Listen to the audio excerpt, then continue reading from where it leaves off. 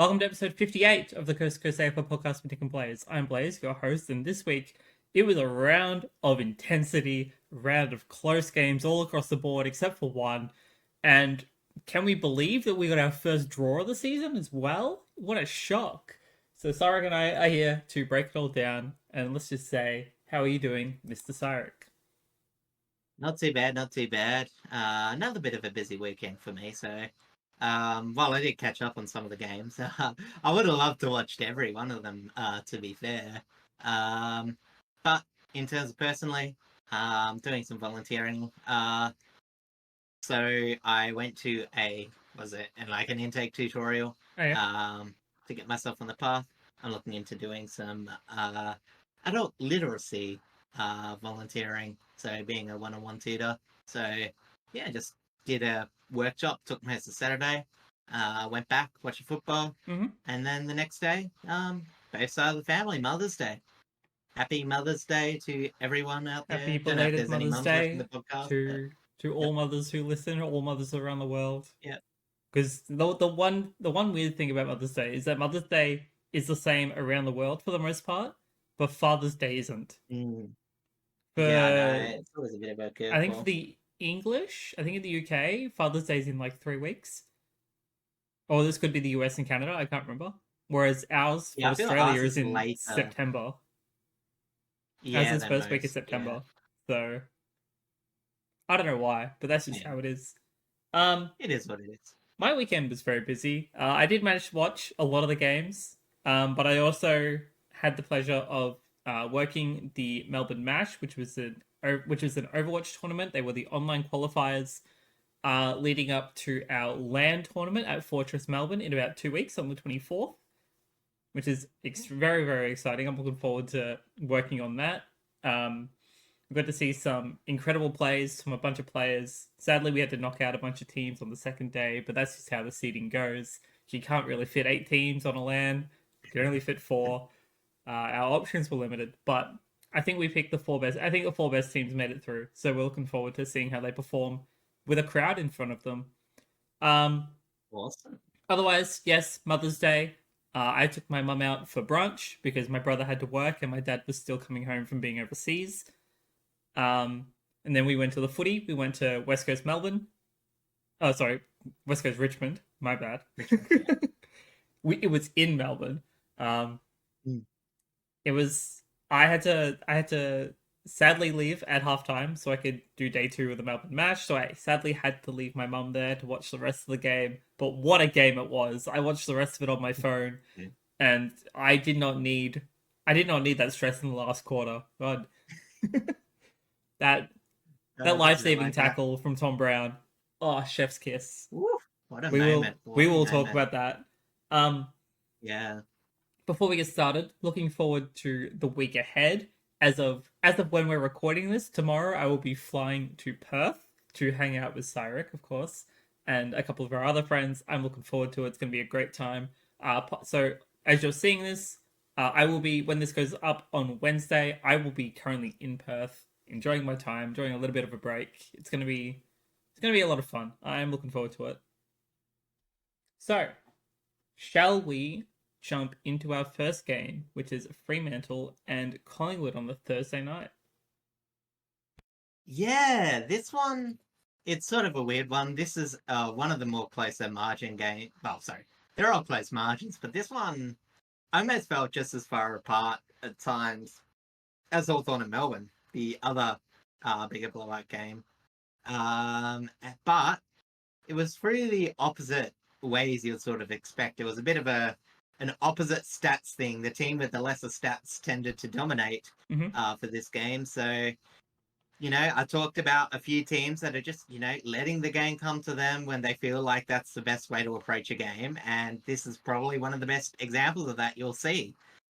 Fremantle had a 28 plus inside 50 differential, 75 disposal differential, and 282 meters gained one, 13 clearances differential, and you get that, and you think that the team would have won quite comfortably. But for Freo, the biggest stat for them that sort of cost them the match was the -12 intercept mark differential, so that's in favour of Collingwood, who were very disciplined and just took things as they come, picked off Freya's weaker entries, moved the ball easily the other way, and, from their back half to their forward half, got some very nice looks and goals. Sort of like last week, except unlike last week, they actually converted a lot better in front of goals from those dangerous positions. So, as I said, Freo themselves, they weren't as inhibited with ball movements. I think Collingwood were applying a fair few tackles, but that was more in the contest. In the general play, as I said, Freo just, again, like you would see with those sort of stats, took it from defensive 50 to forward 50 at a very high rate. It just, once it got in there, the Magpies had no problem in their defense. They just, able to get the ball, win it back, and going the other way. Freo just left so much space unguarded from Collingwood's fast entry. With Collingwood's profile, they're a very slow ball moving team in general. But once they get that turnover, they are out like a light. So, as I said, so when they went the other way, it was just easier scoring. It was pretty much as simple as that. Which is sort of weird for a game where, as I said, you almost expected Collingwood to actually be further ahead. Yeah. But then you look at the stats and you're like, if you just had no context of the game, you're like, how were Freo not winning this game by 30? So yeah, Freo had a lot of ball control, especially in the middle sort of the game, like between the second and third quarters. But Collingwood were just much cleaner with it, and they were able to execute just so much better. Yeah. And I guess the other thing too, which why it was still relatively close, was Freo did have the avenue of scoring, mainly from very aggressive stoppage work. As I said, whilst the Pies had a high tackle count, not actually that much was apparent in the centre. So Fremantle were able to get a lot of first possessions to clearances. Collingwood did keep shape away from the first contest, according to some of the stats that are written down. So you could just tell, again, as long as they weren't too threatening, and they still did have their moments, but you know what I mean? It's like you can't shut down every bit of forward movement. So yeah, for them, it was just good enough to keep the pressure up, prevent them from scoring too much, but it did still leave the door open. So as I said, in the first quarter as well, I think for Collingwood, they did struggle early due to their own turnovers. They did leave, I rate a few of their better ball users at home. I think it was really just Pendlebury, maybe Maynard on a good day, but even he's a bit 50-50. But you know what I mean? So despite them not having all their best users, it just felt like systematically that was so set. And, as I said, really didn't matter who was there. It didn't really matter how Freo were playing. Because as I mentioned earlier, over 50% of their defensive half possessions ended up in their forward 50. So that's for Fremantle. And almost a third of their, from their actual defensive inside 50 arc ended up to the other arc at a third. So again, they moved the ball quite well. They're third from moving they're third from score, I should say, moving the back from the back half. So as much as it's being criticized their slow play, it is still getting them a lot of score, but it's the way they connect to their forward line. They've got a few marking threats, but if they don't get hit, the ball goes to ground. They don't really have a high ground ball 50 get. And as we've just seen, it just leads to very big ebbs and flows of scoring. yeah. And as I said, when you got that and you're sort of collapsing a bit defensively, Collingwood's just going to grill you. And as I said, despite the close scoreline, it felt like they won quite comfortably, really. Yeah, especially as I mentioned, this even though Freo had so much felt like they had so much control in the second and third quarters, Collingwood's control in the fourth is what just completely wiped Freo apart. The fact that they were able to just cleanly get their ball in forward 50 and able to control it away from Freo's defense is really a credit to just how well they've been able to execute the past couple of weeks. Yeah, because again, as I mentioned, Freo, and even in that fourth quarter, like again, Freo was still able to score from some of those stoppages, but that's just sort of Fremantle in general. Hmm. I mentioned last week that they're losing a few, what do you call it, like pure clearance numbers, not as ridiculously high as it was last year. Losing Hayden Young hurts, as I mentioned a lot of times there. Third or fourth midfield options aren't that great compared to other teams. But at the same time, it was just, they still score enough from that, and you have to keep that a bit in check. And I think for Collingwood, for the most part, yeah, it was relatively in check. As I said, uh, you know, kicking 4 goals to in response to Freo, who did have time in possession in that last quarter. But as I said, Collingwood just did the composed things at the right time, still generating enough goals, and it just prevented this game from becoming a bit of a comeback. When as I said, it was swinging back and forth a bit in the last quarter. Yeah, pretty much. Hey, I'm as much as I'm not happy about Collingwood winning, I got the margin, so I'm happy with that at least. Yeah. So, oh man, I don't think I was far off. I think I said like 20 odd. So it Yeah. felt like a 20 odd margin. Yeah, it felt like the game was going to be somewhere between like 10 and 20. So I'm very Yeah. happy I picked it with 14. It was good. Um, Jumping over Yeah. to our individuals, I'm going to start off with Jamie Elliott because how can I not? He kicked 6-2 from 14 disposals. He pretty much put on a solid show. 10 of them were effective, equating to 71.4% efficiency. 8 marks with 5 of them inside 50, 3 inside 50s, 9 score involvements, 401 meters gained. Captain Darcy Moore was a pillar in defence, as he normally is, finishing with 9 touches, all of them effective, so it's 100% efficiency. 4 contested possessions, 6 intercepts, 6 marks, with 4 of them being intercept marks, 9 1%ers, and 8 spoils. And then Jack Crisp was best of field, in my personal opinion. Like, granted, Jamie Elliott kicking 6 goals, that's always going to be, a big talking point, because goals is what get you the victories, right? But I think in terms of midfield, Jack Crisp was so solid. He also kicked 2 goals from 29 disposals, 21 effective, equating to 72.4% efficiency, 18 contested possessions, 4 intercepts, 5 inside 50s, 7 clearances, 6 score involvements, 6 tackles, 22 pressure acts, 16 ground ball gets, and 709 meters gained. Jumping over to Fremantle. I was just talking about best on ground. As I said, I think one of the other things was Jack Crisp kicking. You know what I mean? Because I know Collingwood, very handball heavy team, did kick a lot more this game, but right.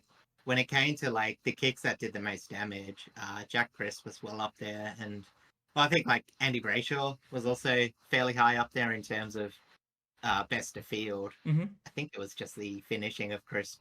I definitely agree with that. Yeah, it was There was a lot of definitely good players in that game, but Crisp stood out for me as well. 100%. He was a lot cleaner with the ball than most of the other players that stood out. Again, jumping over to Freo, Jordan Clark, I thought had a very solid outing, collecting 33 touches, 26 effective, equating to 78.8% efficiency, 8 contested possessions, 8 intercepts, 8 marks, 5 inside 50s, 2 clearances, 5 score involvements, 4 tackles, 10 pressure acts, 3 1%ers, 3 spoils.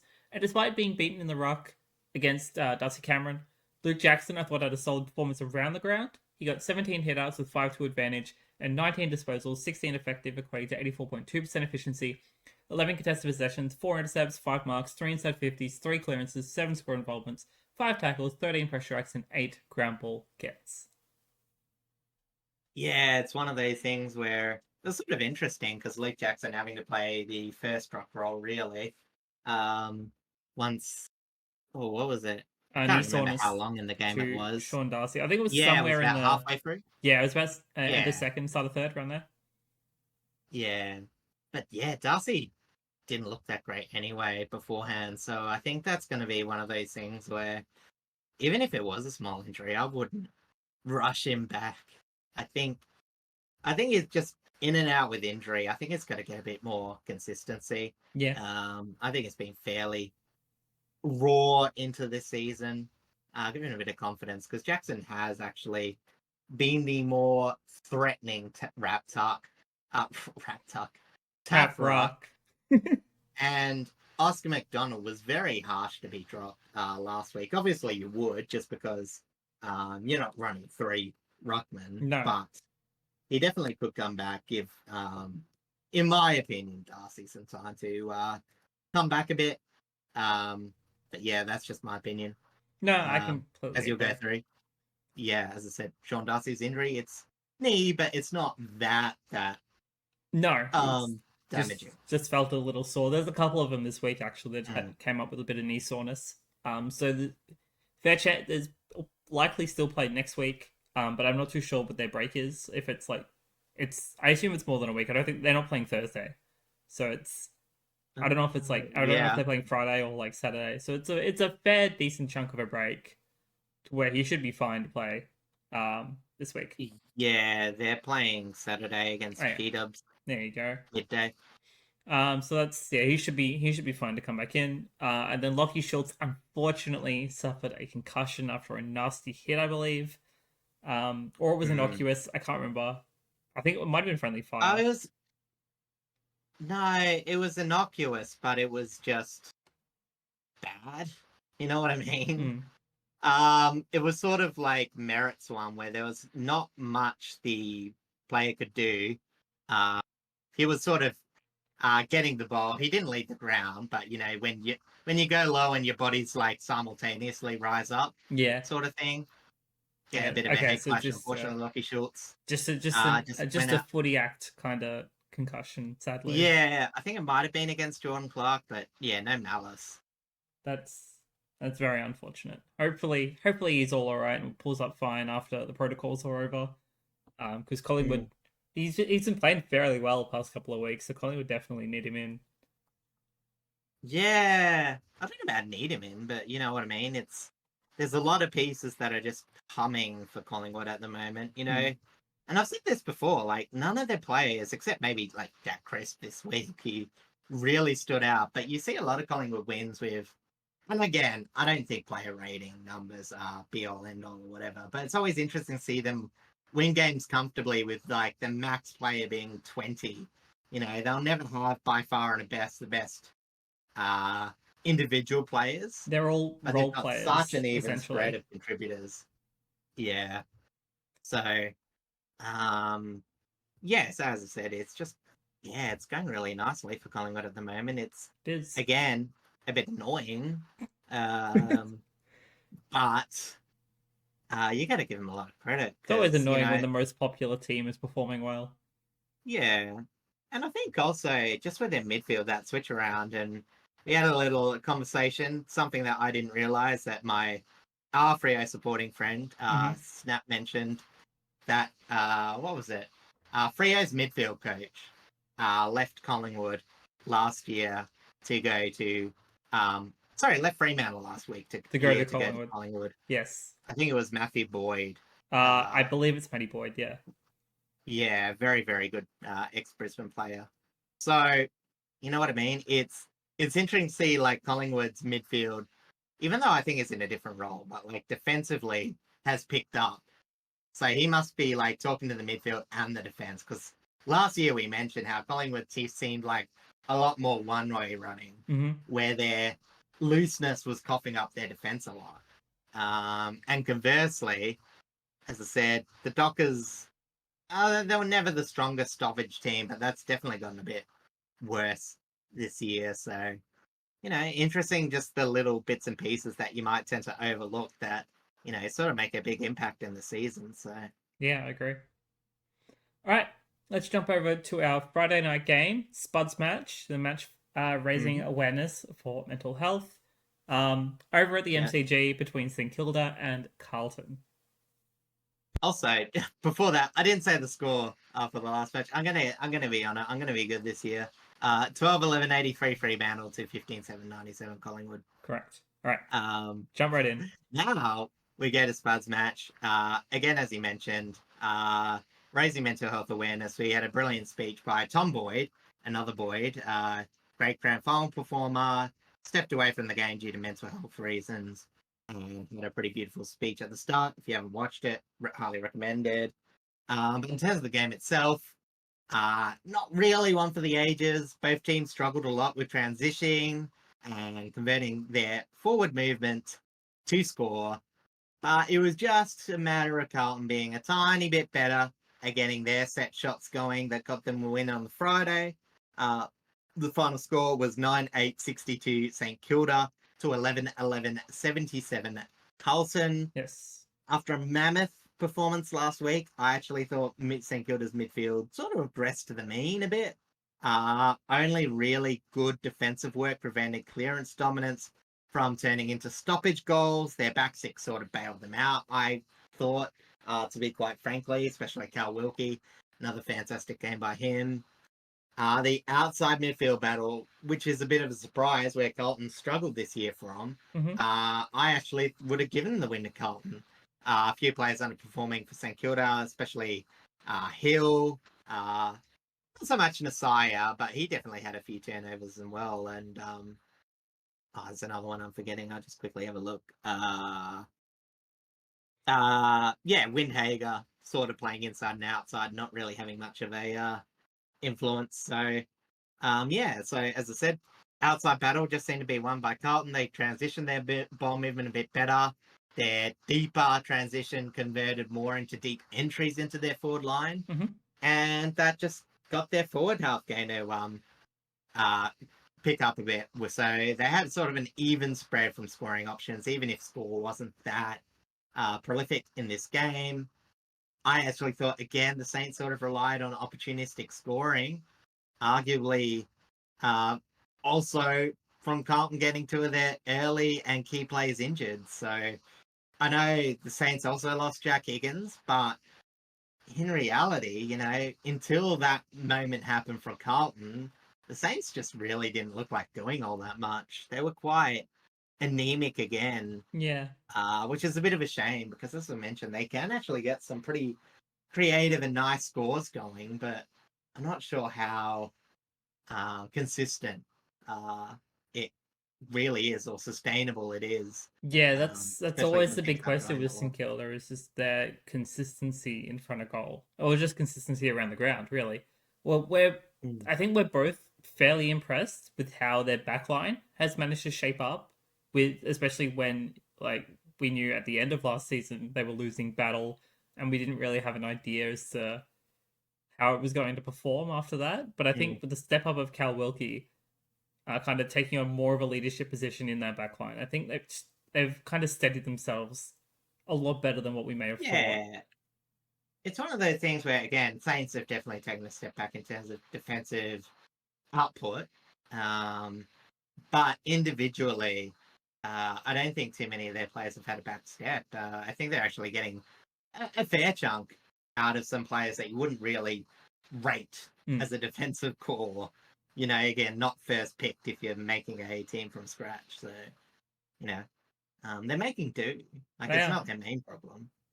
So, but yeah, it's just finding that consistency around the ground is it's kind of what always has been St Kilda's struggle, because they've been able to have some really good highs and then they hit that middle patch into swinging into a low point every now and then. Yeah. And I guess to my final point, really, for the game, I think we did see that just that lack of height was getting to St Kilda. Again, they sort of coped okay structurally, but not so much man on man in some of these competitions. In terms of the forward line, whether it be Mackay, Lewis Young, sort of did both that game, actually. He played forward and back. Wiedering and Silvani, both getting a lot of intercept down back. And I thought both the Hollands on the wing as well. That's where I think St Kilda also got a bit beaten, because Hollands was able to get a few marks on the wing, link up to the forward Hollands, and get a bit integrated. And again, that just all leads to set shot opportunities. Sometimes marking above the ground leads to better opportunities further down. Yep.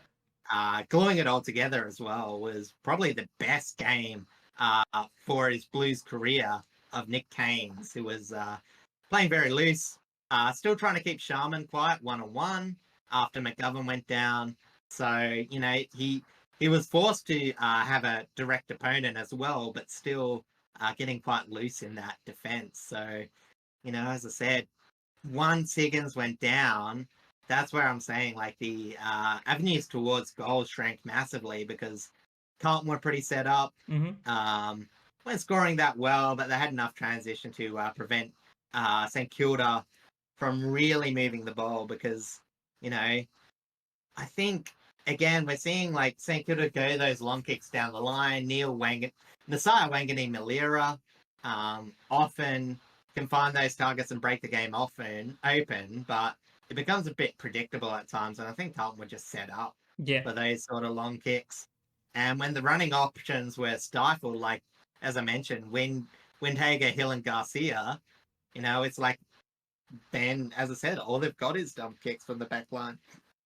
Yeah, I They noticed. don't really chain it up to the midfield. I definitely noticed a lot that they were like kicking high and kicking far, and it was just always to a tall target. It was just never really any sort of like ground attack from them. It was always to some kind of marking contest where it was just cleanly marked by Carlton's talls. Because I think that was like the big conversation with the Saints about how Ross Lyon is now playing a faster brand of football. Their ball movement's a bit quicker than most teams and yada, yada, yada. But it's still not that. Like, obviously, it works to a degree because, again, they were the best scoring team from back half last year. But again, like giving it a year to find it out sort of thing, I think we're starting to see teams wise up a bit. And also, just due to the fact that a lot of teams are running very fast and hard off the back half this year. Yes, that's right.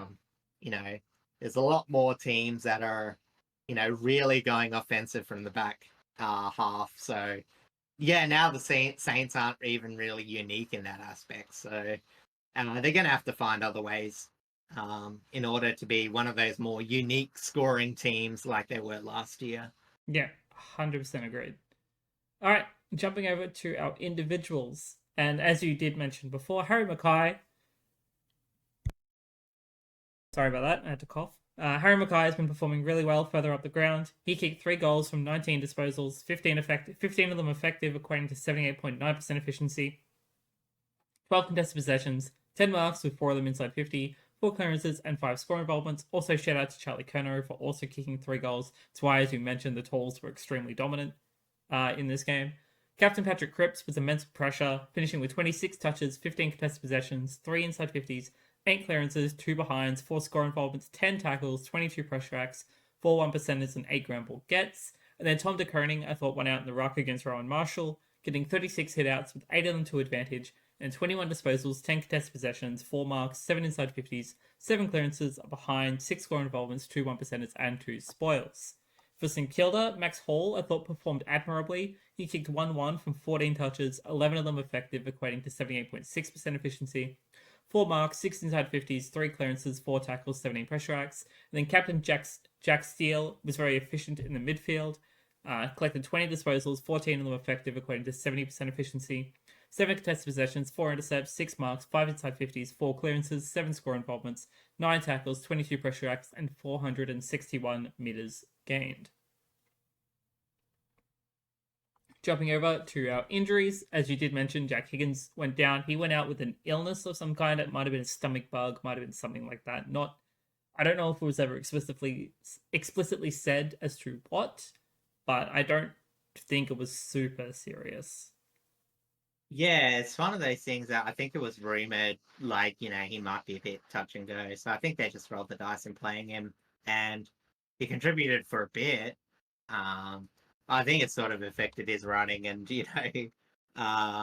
so brave to get out there. But yeah, just couldn't quite get it right. Yeah, it's unlucky. As you also mentioned, Mitch McGovern also went down with a chest issue. Did he get hit in the chest? I'm not entirely sure how this incident occurred. I think that was some sort of contest where he came worse off. I think he got crunched in a pack or something. So. Oh yeah, that would make sense. And then on the last one, there was a third. Lockie Cohen came off with hamstring tightness. I believe it was like late in the third or early in the fourth. It was like super late in the game. But hopefully it's not too Mm. bad, not a super injury. Because I know that these sorts of tightness injuries can actually affect a player like sort of medium term. So hopefully it's not Mm. too bad for him. Jumping over to the MRO, Hugh Boxall was fined $1,875 for, you guessed it, contact with an umpire. There's always one. Rowan Always Marshall was on. fined $1,000 for attempting to trip Nick Haynes. And George Hewitt's fined $3,750 for tripping Ryan Burns. Yeah, a lot of trips this week. Yeah, there was a Um, couple last week as well. So players are yeah. really going for the feet. Yeah, it's weird. I can't remember which one it was, but I thought it was Marshall, the one that was sort of ended up being a light nut shot, really. That might have Um, been Marshall. It was close enough to it. yeah. Honestly, for me, that's like touch and go to actually be like a 1 week offense. You know what I mean? Like, just seemed a bit borderline unfootball act, but There are two things in men's football that you got to protect: the head and the balls. yeah, exactly. Make sure hardball get is only on the collecting the pill. All right, jumping over Uh, to our Saturday games. Starting with Melbourne and Hawthorn at the MCG, where this was pretty much the only blowout game of the round. yeah, and considering it was the only blowout game of the round, the fact that Hawthorn only led three-quarter time by 1 point should tell you how good a round of football this was. I don't think we mentioned it before, but this is apparently the closest round of football ever. Um, Ever being maybe a certain amount of, I don't know if it means 9-team competition, because I can't imagine back then they were playing only 4 rounds. It would be, you know what I mean? I think it's mostly determined on like when they started to really take a look at majority of stats. So it'd be like the 60s, Yeah, it's only 70s sort of round era. margin. Like you could record post retroactively for that. But Yeah, true. anyway, however that's determined, it's apparently the closest round of football. Um, but a solid performance by Hawthorn's midfield in the fourth quarter.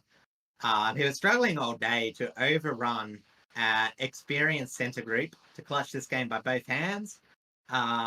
Ended up getting them the biggest win of the round. It was 56, 7-14, 56 Melbourne, 13-13, 91 Hawthorn. Mm-hmm. It seemed like Melbourne had deliberate efforts to shut down some of Hawthorn's ball movement, especially in the forward half. I feel like that may have affected their own midfield's ability to generate score. Mm-hmm. Because whilst they did have the dominance in clearance, I think Hawthorn actually outscored them from the middle. And as I said, Hawthorn have better overall ball movement in their forward line. As we've said, Melbourne have struggled a lot. So, when you don't convert from that centre clearance dominance, you're looking to really struggle. So whilst Melbourne kept with them, as soon as they were lost, it just really meant that, you know, both teams had looks on goals. It's just only one team ever got threatening looks on goals, and that was Hawthorn. Yeah, that's Uh, right. as I said, they'll convert more threatening when they had that period of dominance in the last quarter. They kicked 6-5 to 1-1 to run away with the game in the end. And I actually did the stats. Okay. So I was sort of looking at that. I didn't really put it in the second paragraph, but so 30%, 7% of Hawthorn's clearances Mm-hmm. resulted in a score to just 12% for Melbourne. And the clearances, I should have given you some perspective for the night, were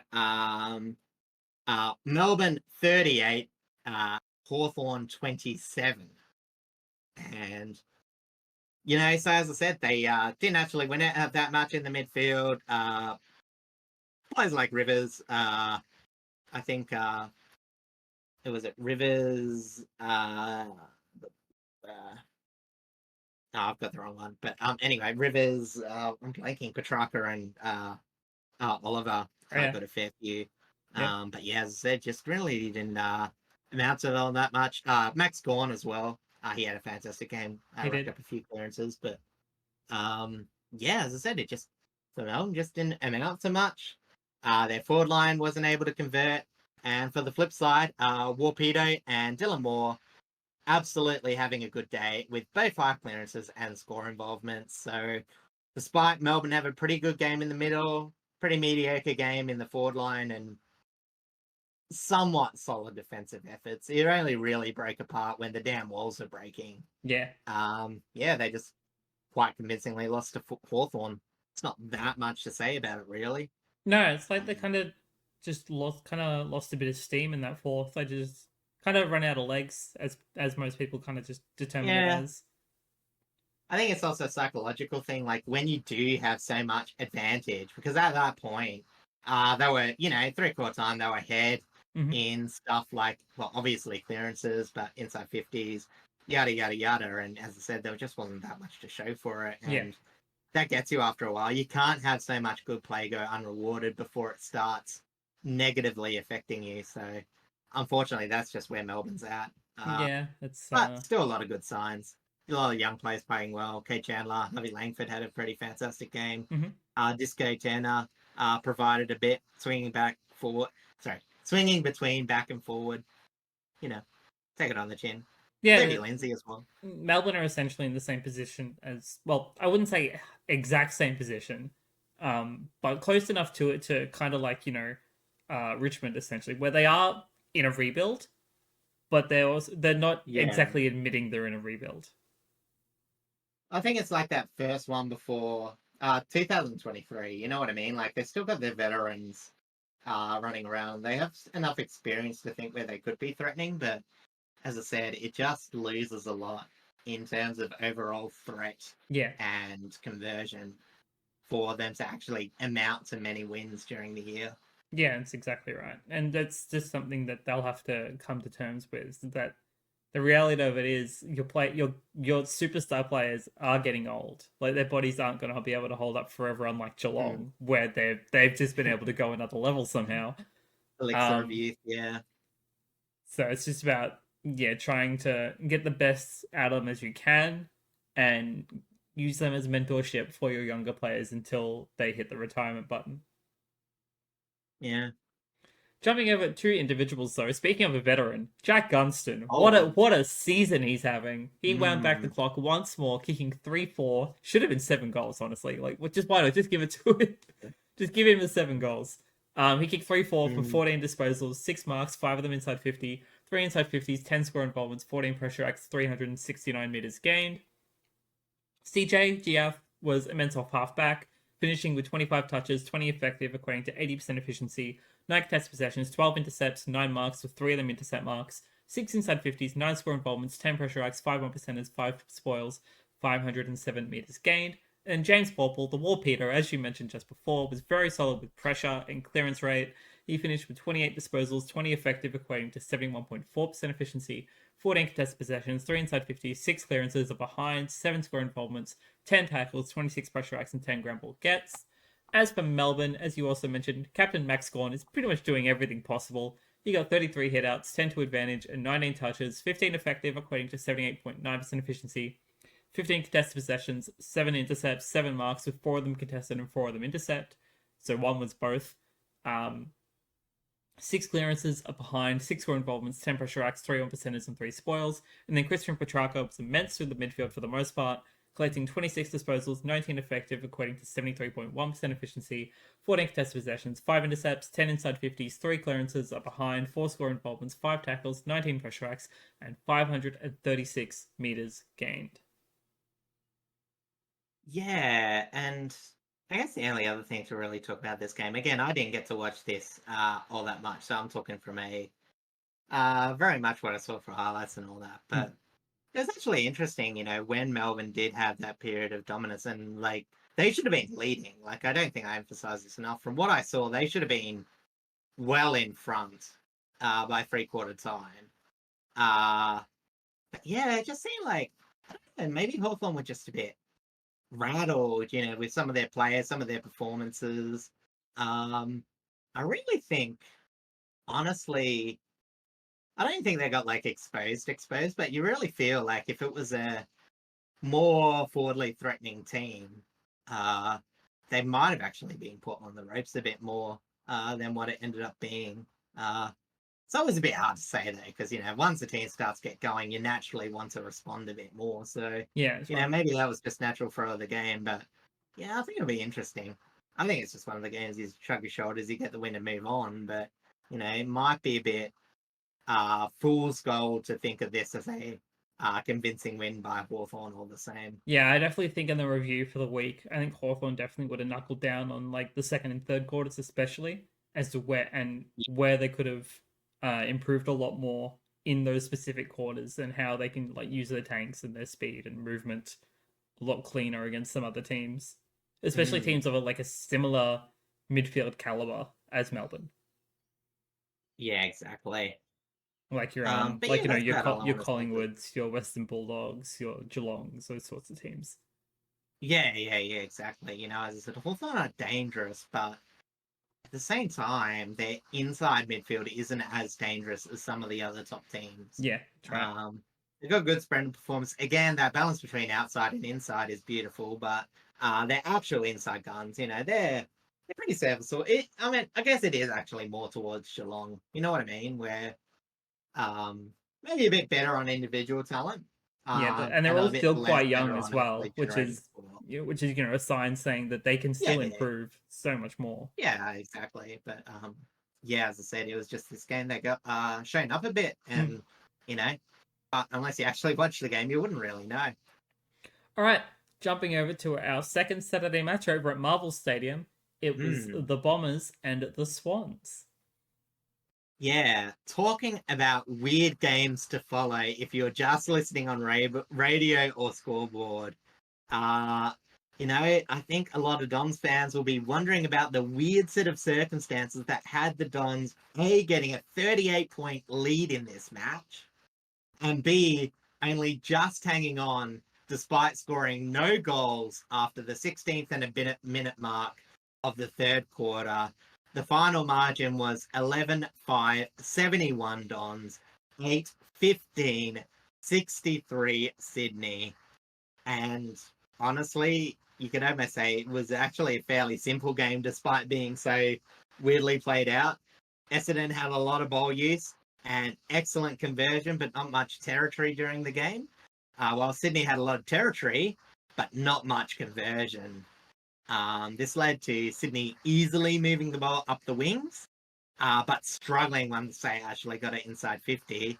And I don't know if you can actually get it up, but if you can see the shot chart that I put in the stat sheet, you can see how few shots Essendon did actually get. But despite that, they only had 4 shots from the 50 that didn't register a goal. Yeah, I can So look only at it. 4 behinds, 1 rush behind. It was light. Like, again, a couple of goals in the goal square, but apart from that, not even any like wide gimme shots that you lead from a lead. So I think it's absolutely amazing that they won this game. I didn't really go back and watch it per se. I did watch some of the highlights and all that, but I think it's one of those ones where you can actually read a bit from the stats on where this game was sort of going. Yeah, I think Also, I agree. I did listen to some of the commentary. It was just Weird. crazy. Uh, so yeah, defense, however, was actually paramount for both teams. Reed, Blakey, McCartan, and Mackay all getting 5 intercept marks and very healthy intercept numbers. So while forward line, you can argue that this game didn't have much going. Defensively, this was actually probably the best defensive performance of the week. I'm not sure, but it'll be up there. Uh, there's a few other games in contention for that, but Yeah, yeah. there's definitely a couple. So yeah, as I said, so I will say for Essendon, this is actually a very mature win. Like, I know they didn't score in that last bit, but to be able to grind out a win, both teams missing a lot of key players. So like neither team exactly had all they want going to it. Mm-hmm. But Essendon's possession, you know, overall, choosing their moments, taking time, not getting burned off turnovers, I think was wise because both teams did have a high amount of turnovers. Again, both teams not having the number of players that they would like to have on the field. So it was 72 turnovers for Essendon, but only 5-7 converted off them. Meanwhile, the Swans, I think, had 70 turnovers and Essendon kicked 7-5. So, a bit of swings and roundabouts there. I know there's not that much of a difference, but for Essendon, that can cough up a lot from turnovers defensively. I actually think they did a really good job there. It probably prevented their comeback from coming back in full force. And as says, Sydney was sort of outbodying them as well in outside shape and ground ball. So it was actually important because Essendon needed to keep that possession. Once it was lost, Sydney tended to be winning. And again, when movement gets hard in the last quarter, that's where you saw Sydney coming back a lot, or at least that's sort of what it sounded like on the radio. The last sort of point I want to point out is that, Sydney's forward line is shot. We can see the lack of conversion from their pinch hit options. Hamling tried to play forward. Francis, one of the misses of the year. He didn't quite have his terrific game like he did a few weeks ago against Port. And they really just have no dangerous forwards up ahead. And McLean's the only real name down there, but I think he struggles without any other players like Amadi or McDonald taking a bit off. So, I just feel like it's going to be a tough weeks for Sydney scoring-wise unless they get those players back. And it might just be a case of I dream of Heaney for the Swans getting a win because they need it to come from their midfield. It's the crutch, but they're going to have to go to it. Yeah, this time around, they don't have any other options. Like, they're trying. And as we saw earlier, like a couple of weeks ago, like Nick Blakey pushing forward just to try and make something happen. Like they've had to try and find avenues from nothing. And sometimes it works, even if, they don't win the game. Like, for example, Blakey kicked 3 goals in that last quarter when he pushed forward. But otherwise, in terms of a long-term solution, they don't really have anything. Like, again, they're still missing Papley, who is one of those, like, big, key, not necessarily tall, but he works he works at ground level. He's big bodied. He puts pressure. He puts really good pressure on any opponent that he's been on, and like that's again one of their key players that they're very much still missing. Like again, they definitely need tall marking targets so they can have some sort of versatility in the air, but they also just don't have anything at ground level either, and that's why they have to rely on their midfielders like both the Warners, Heaney, and anyone else who happens to try and push forward to try and create something. Well, you've actually made the point that I want to make next because it was something that I looked up but didn't put in my notes. But again, their best forward 50 ground ball get options are midfielders. Chad Warner, as you mentioned, Isaac Heaney. So Chad Warner had 5, Isaac Heaney had a couple. Funnily enough, the same as Aaron Francis. And Hayward, which is,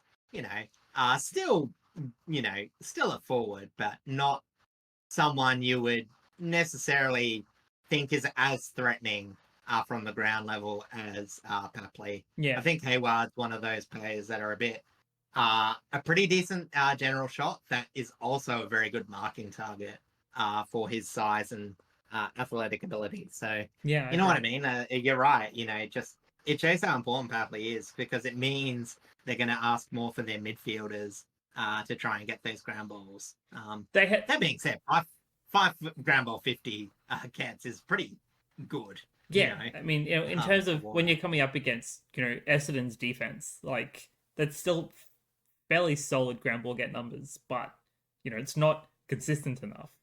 And they managed to fill the hole that Goulden was leaving, thankfully, but it's still they've still got so many holes in their forward line, and that's where the biggest struggle is right now. Yeah. Well, at least for this match, like I said, I don't think cop too much from the outside.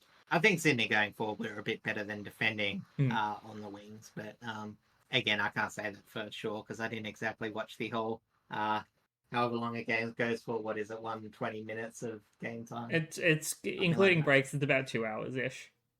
Yeah. Anyway, let's jump over to our individuals, and I'm going to start by talking about the Rising Star nominee for round 9. He gets his second for the season, and that's Nate Caddy. He kicked truly, kicking 3-1 from 16 disposals, 6 contested possessions, 7 marks, with 3 of them inside 50, 6 inside 50s, 5 score involvements, and 10 pressure acts. Will Setterfield was immense with pressure for the Dons. He finished with 28 touches, 22 effective, equating to 78.6% efficiency, 9 contested possessions, 9 marks, 3 clearances, a behind, 4 score involvements, 8 tackles, 24 pressure acts, 2 1%ers, and 2 spoils. Zach Reed kept the ball up in defense. He collected 27 disposals, 23 effective, equating to 85.2% efficiency, 6 contested possessions, 8 intercepts, 14 marks, 5 of them being intercept marks, 2 score involvements, 8 pressure acts, 8 1%ers, 7 spoils, and 100% time on ground. Side note, Ben Mackay and Nick Martin were also at 100% time on ground, which means they put in some immense work together. Like that's crazy that 3 of them had 100% time on ground. And considering Yeah, there was plenty of room on the bench, like I don't know why they just couldn't get off, but they played it out. well, I think because Hayes, I think he was playing as a tall-ish target. I think. Um, I'm just assuming it's talls because Hayes also his brother used to play for Port Adelaide, Yeah, and well, he was fairly tall. So possible. um, Jumping over to Sydney, Tom McCartan, as you had mentioned earlier, was great off the intercept, finishing with 15 touches, 13 effective, equating to 86.7% efficiency, 10 contested possessions, 11 intercepts, 8 marks, 5 of them being contested, 6 of them being intercept. So there was a couple of both in there. 2 inside 50s, 4 score involvements, 7 1%ers, 5 spoils, and 98% time on ground. And Brody Grundy played solidly around the ground for a ruck, getting 32 hitouts, 9 to advantage, and kicking 1-1 from 23 disposals, 14 contested possessions, 3 inside 50s, 7 clearances, 8 score involvements, 5 tackles, 12 pressure acts, 4 1%ers, and 4 spoils. And shout out to debutants, Lewis Hayes getting 16 touches, 14 of them effective, equating to 87.5% efficiency, 3 1%ers, and 3 spoils. Despite his horrible injury on debut, he had a really solid game up to that point, and I think he should be proud absolutely, of that at the very yeah, least. that was basically 2/3 game time. So I those think stats are actually probably underselling how good he I was. genuinely think if he didn't get injured, he probably would have won the Rising Star for the week because he was putting out Yeah, some solid fair shout. numbers. And also shout out Yeah. to Archer Day Wicks, who also debuted, getting 6 touches, 3 contested possessions, 2 score involvements, and 2 tackles.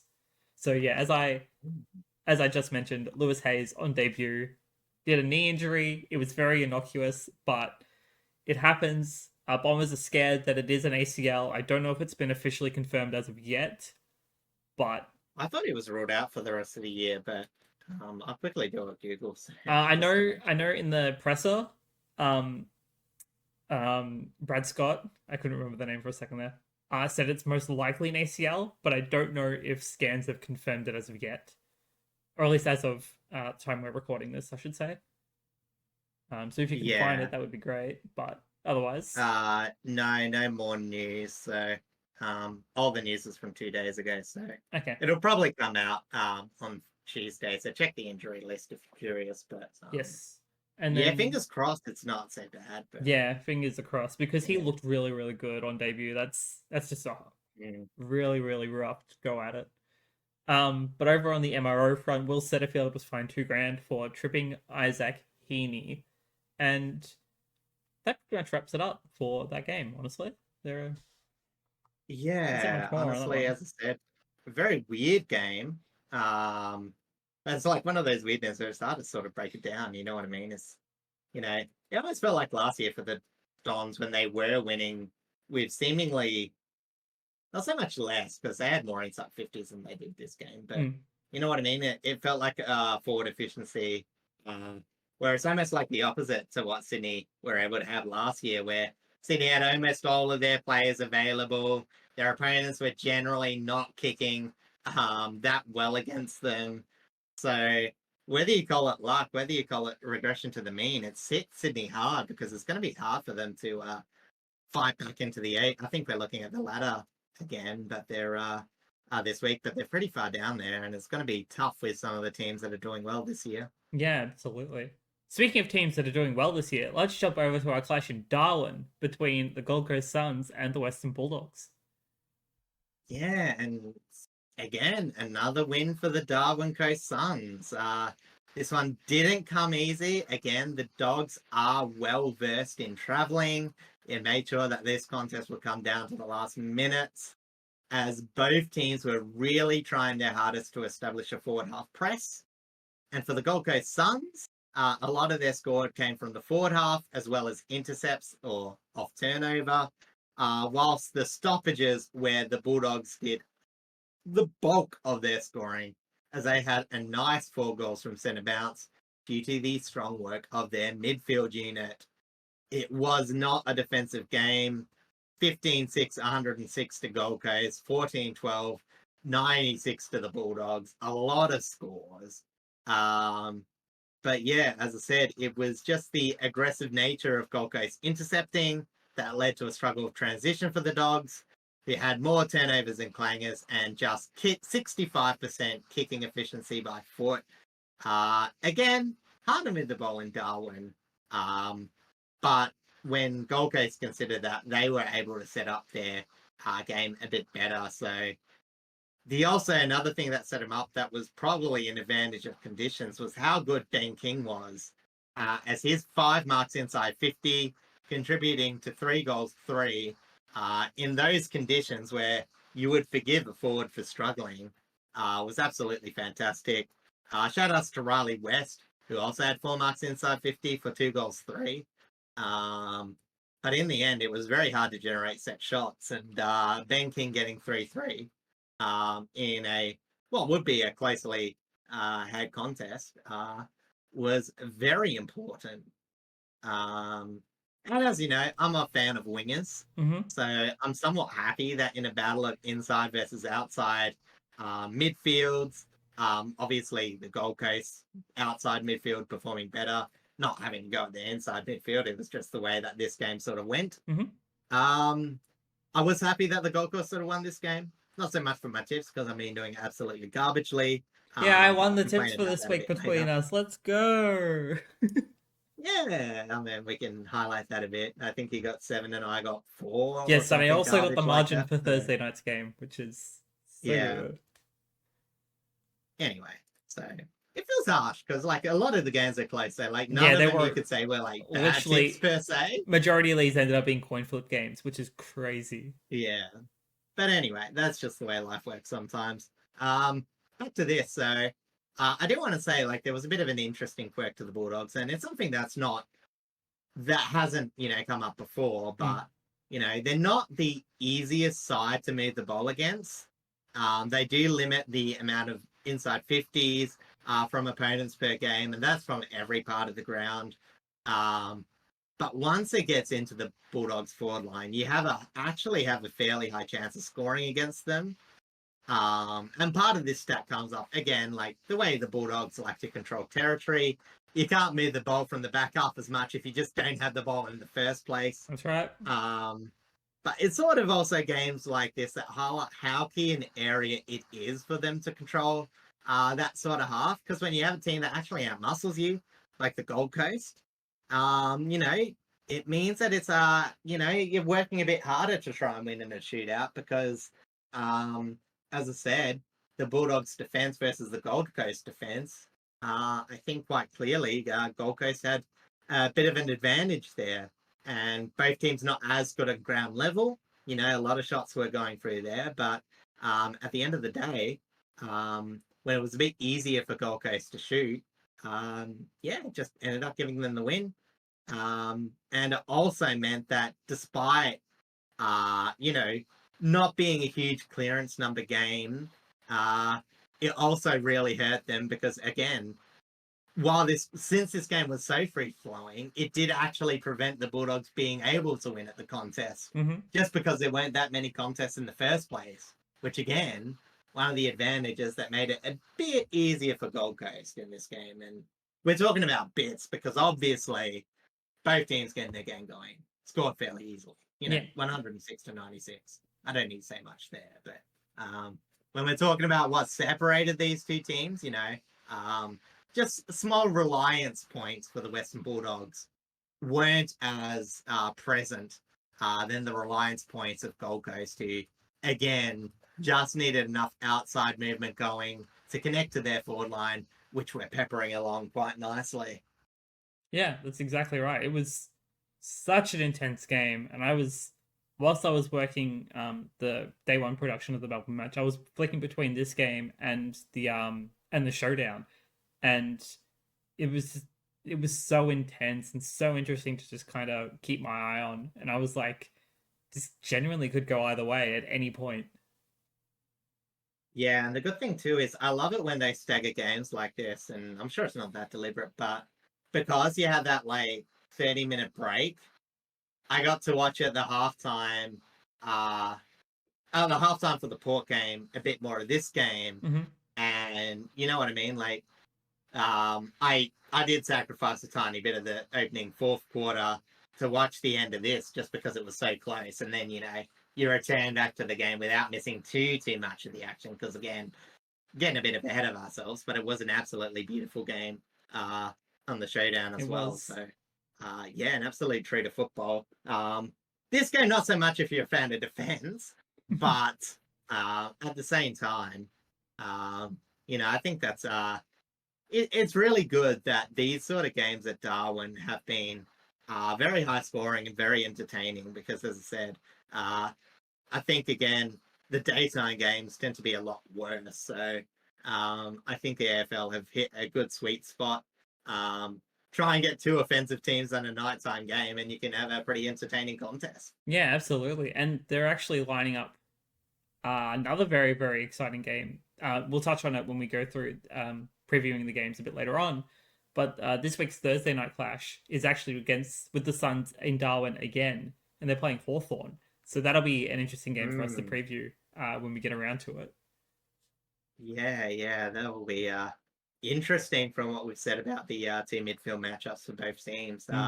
Liking to get that outside game going to free flowing contests. So yeah, we'll talk about that a bit later. But first, First, with a bit of pain. No, wait, we need to go to the did we do individuals? no, we haven't done individuals yet. That's what Okay, we were going go to the transition into. You were going to jump ahead. Yeah, I was. That's all Sorry. right. So let me touch on our individuals for this match, starting with Ben King. As you had mentioned before, he was a lethal up forward, kicking 3-3 from 10 disposals, 7 contested possessions, 5 marks with all of them inside 50, 7 score involvements, 2 1%ers and 2 spoils. Took Miller was immense with pressure throughout that midfield, finishing with 25 touches, 18 of them effective, equating to 72% efficiency, 10 contested possessions, 7 inside 50s, 5 clearances, 7 score involvements, 6 tackles, 24 pressure acts, 3 1%ers, and 508 metres gained. And then Sam Collins, as per usual, was an absolute pillar in defence. He finished with 10 disposals, all of them effective, so 100% efficiency, 6 intercepts, 6 marks, 11 pressure acts, 9 1%ers, 9 spoils, and 95% time on ground. For the Dogs, Tom Liberatore did some incredible work with transition and movement, finishing with 35 touches, 25 effective, equating to 71.4% efficiency, 15 contested possessions, 5 intercepts, 6 marks, 7 inside 50s, 10 clearances, 11 score involvements, 10 tackles, 31 pressure acts, 14 ground ball gets, and 694 metres gained. And then for a player that we haven't really highlighted all that much this season, James O'Donnell was immense for the Dogs down back, collecting 18 disposals, 16 of them effective, equating to 88.9% efficiency, 7 contested possessions, 12 intercepts, 11 marks, with 6 of them being intercept marks, 12 pressure acts, 8 1%ers, 8 spoils, and 100% time on ground. I just want to highlight something for James O'Donnell, because I've liked him a lot this season. I think I've mentioned him, but again, he's had such a tough role because it's 34th season. He's had to play back and forward numerous times in his early career. No stability. But right now he's actually developed a lot. Like, yeah, last year was a bit iffy, sometimes a bit of a liability in that back line, but right now, when he's in back, is reliable. When he's in forward, it's not ideal, but it's still a contest. And yeah, I just think it's a very big credit to him. Like, this could be the sign of a maturing, taller player. You know, get a bit of muscle, get a bit of extra contest in you, and yeah, he might be a very useful player for the Dogs in the future. Yeah, I And completely even a bit agree. so now. Especially as their backline has shaped up really, really well, despite some of the holes it's had to deal with through injury. Yeah, exactly. And well, even the forward line, you know what I mean? It's just all been moving parts. Yeah, I say Bevo likes to move the Magnus a bit too much, but this year definitely he's had to do a bit of adjusting. It's not been a by choice as much as he has before. So Yeah, it's unfortunate. It's yeah, as I said, unfortunately due to necessity, but I think he's, despite this close loss, like he's definitely made some miracles happen with this team, and like they're still performing really really well despite it. yeah. I mean, even the fact that I did go the Bulldogs over the Gold Coast was just like really, I think, really credits how much I've started believing in the mix of their game. And as I said, this game was a bit more inside midfield dominance, but um, they've still had a lot of good performances in and around. Like there weren't too many people that really couldn't get going. For the Bulldogs, it was a bit more on their back half, but you know what I mean. As I said, they've just got a lot of missing links at the moment, so I Yeah, can sort of forgive them much more this time than I could at parts last year. So um, yeah, like still credit to the Bulldogs. Um, but yeah, as I said, unfortunately, um, yeah, as I said, they just feel like they're a couple of wins behind where they really should be on the ladder. They almost feel like they could be a top four contending team, but they're in striking distance. But they're definitely it still a top seems, four threat. They just don't have, yeah, don't yeah, have the wins and the percentage to currently to at least contend on paper. well, only by one. Like if they've got a couple of goals, they would be. Oh But yeah, obviously. you know what I mean. It just feels like the Suns actually have more rights to it at the moment, which is crazy Yeah. as a Suns non-believer historically. Well, they haven't really I given us a am reason to believing. believe as of yet, but we're getting there. Oh, I think they'll make the eight this year. I'm fairly confident on that, and I think that they will somewhat stuff up the last half of the year. Yeah, that sounds Um, like the Gold Coast Suns right there. yeah, but I actually think they'll make finals. I'm gonna lock it in. I'm gonna say I was completely wrong about the Suns already. We'll see how that goes in a couple of weeks when we kind of preview Yeah. their end of season. Anyway, just on the injury front, Latham Vandermeer with calf tightness, he has a little bit been a little bit injury prone going into this season.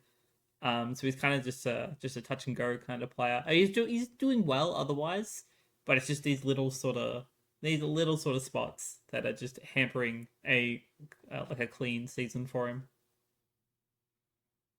Yeah, it's a bit of a shame because that Bulldogs forward line is so jumbled at the moment. But yeah, hopefully he can get a bit of consistency, rest up, maybe even show up next week.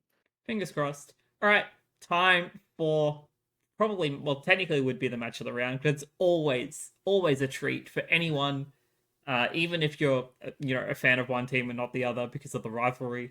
It's the showdown, hosted by Port Adelaide this time. Yeah, and it's funny you mentioned that because it's like some people are saying this is the match of the round. From what I saw, it was probably Geelong and GWS, which we'll talk about a bit later. But I mean, I do even agree the with that, Bulldogs but game, had Bulldogs Gold Coast had a good stake to it. But again, this is just another classic showdown. Treated to a record, which was a treat to the record-breaking 53,000 that turned up at the Adelaide Oval. So congratulations to all, not just the Port Adelaide fans, but the Adelaide fans as well that managed to get down there. Both teams were playing a high pressure game, and although that caused a fair few skill errors during this game, there was still a lot to like about this contest. Adelaide started off by dominating the aerial battle. Riley Thilthorpe looked like an unstoppable god up forward, and they were looking strongly to impose for the rest of the game until Port Adelaide got their way of scoring, which was via the clearances, trying to strong arm their way back through the middle. Um, as I mentioned, Thilthorpe's contested marking caused massive headaches for Port's defence, who were sort of having to shuffle their players all night just because they didn't have enough tight matchups to cover all of Thilthorpe, Fogarty, and Tex for the mm-hmm. entire night. That's So right. often they'll get caught in a bad rotation. They would be able to get them. And unfortunately, when it wasn't for Thilthorpe, then the other two would pop up. But in terms of other matchups in Port's favour, Bergman did a very nice tagging job on Dawson. Dawson still actually had some very good possession. So you know what I mean? It felt like everyone was trying to contribute at parts of the game. Um, yeah, I will mention the score. Just making Blazey's, sure. you know, I was getting to it. I was going to go because I'll mention the last quarter a bit later. Anyway, so basically for the entire night, it was a forward half press of Port Adelaide, back half intersect game by, sorry, forward half press by Port Adelaide and a back half in game from Adelaide, feasting on Port's shaky transition disposals, and in the end, Port could have kicked away from the last quarter, but a 2-5 last quarter meant they conceded the lead to the Crows for the showdown overall total in what has to be one of the games of the year. It ended up being 12-12, 84 to 13-11, 89. I'm sorry, Blazy. When it gets to games like the showdown, I have to go like a bit of a theatre rundown. That's very I valid. always like running through those sort of games a bit more. Just So making sure you weren't that's why I going to left it a bit forget. later. That's all. I mean, there was a fair chance. I don't blame you from my history. So yeah. Yeah, despite losing the bit of rivalry, I think Port will be fairly happy about their young players and how they perform. Mhm. I was not actually expecting this game to be that close, considering the players that we sort of put up there. Um, and even though some of those extra turnovers were conceded by running them, some experienced players also turned it over. But yeah, a few of the players had a few rough moments. But one of them that I do want to highlight was Dante Vicentini, the third string ruckman, coming in due to Jordan Sweet having a pretty mediocre start to the season. Mm-hmm. And he had so much impact. As I said, Joe Richards as well continued to build. Marias did some nice thing at the sub. It was just for Port, though. Back half movement was a bit of a pain. Rosie had a fantastic game, but even he had a few goal conceding turnovers.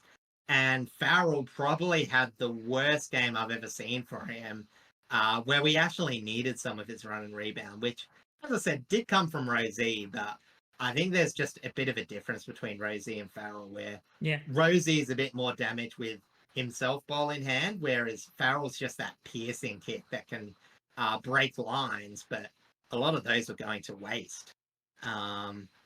So, you know, as I said, a lot of those turnovers and intercepts were opening up. Again, Port had better shape in the clearances, but Adelaide was still putting on the pressure. But they were just burnt once they actually broke through Port Adelaide.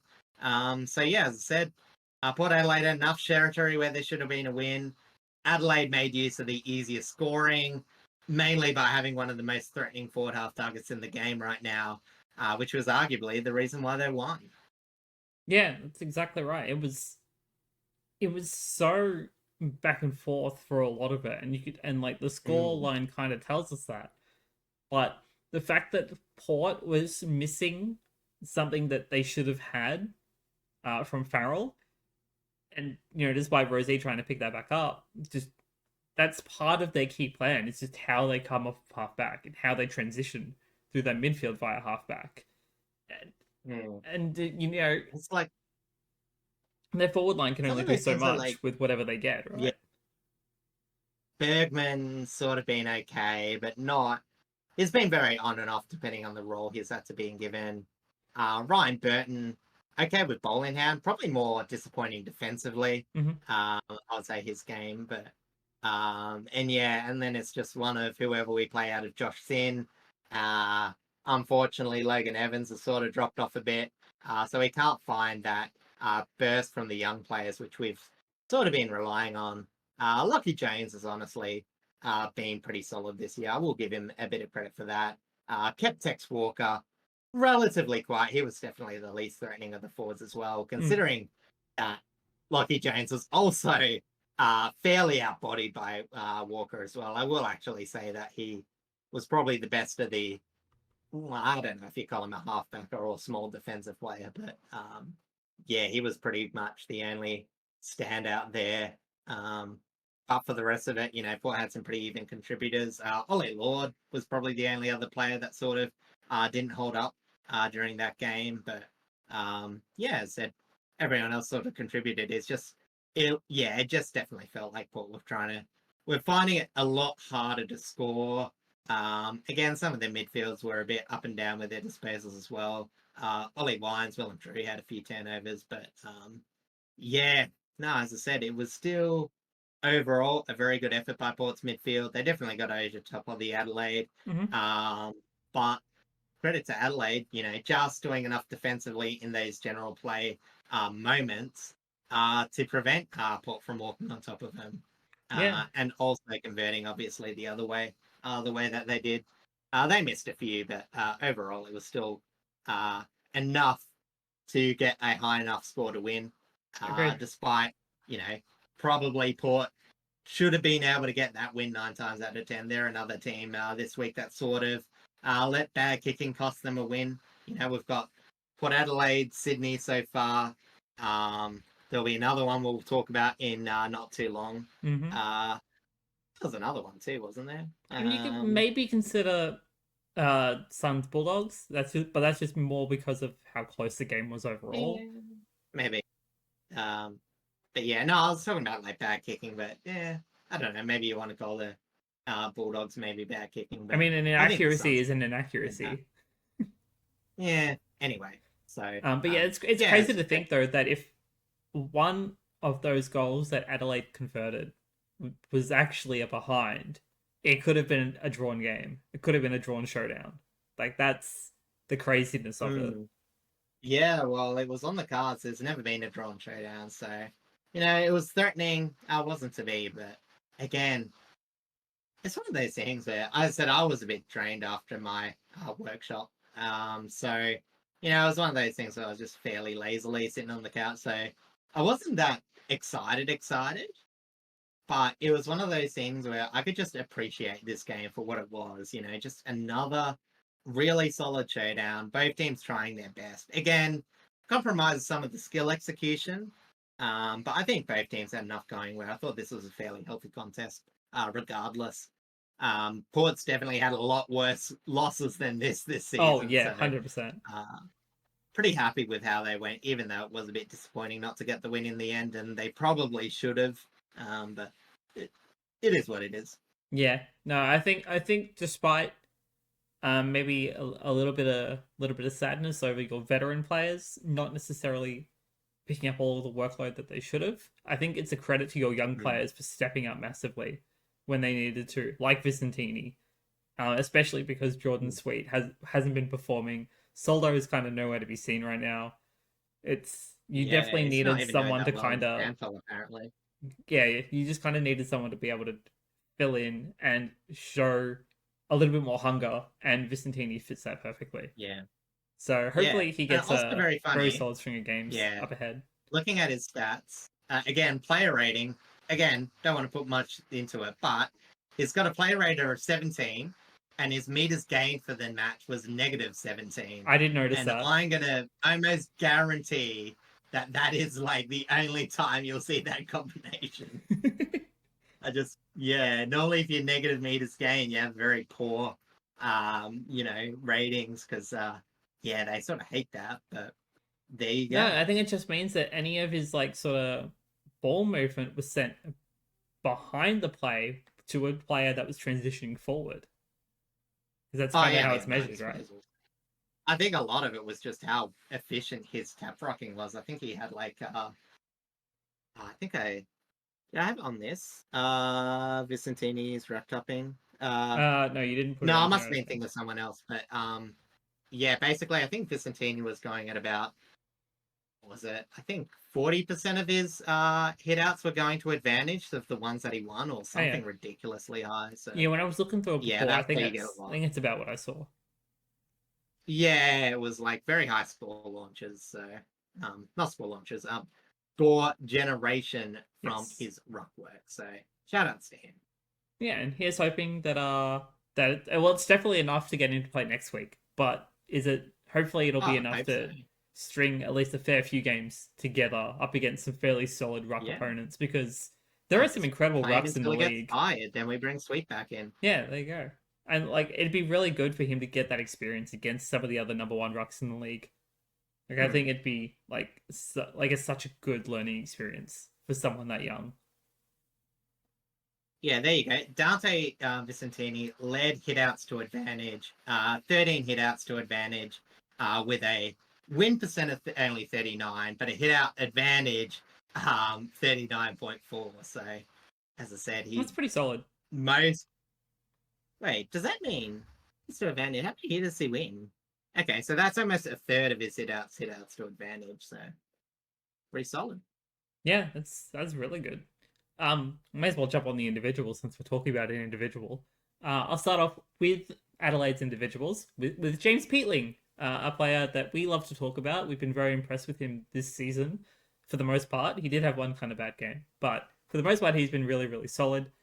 He was immense pressure this week, finishing with 24 disposals, 11 contested possessions, 4 intercepts, 3 inside 50s, 5 clearances, 5 score involvements, 12 tackles, 32 pressure acts, and 427 metres gained. Riley Thilthorpe, as you had mentioned, was a lethal up forward. He kicked 3 goals from 15 disposals, 11 effective, equating to 73.3% efficiency, 9 contested possessions, 10 marks, with 5 of them being contested and 5 of them being inside 50, 2 goal assists and 10 score involvements.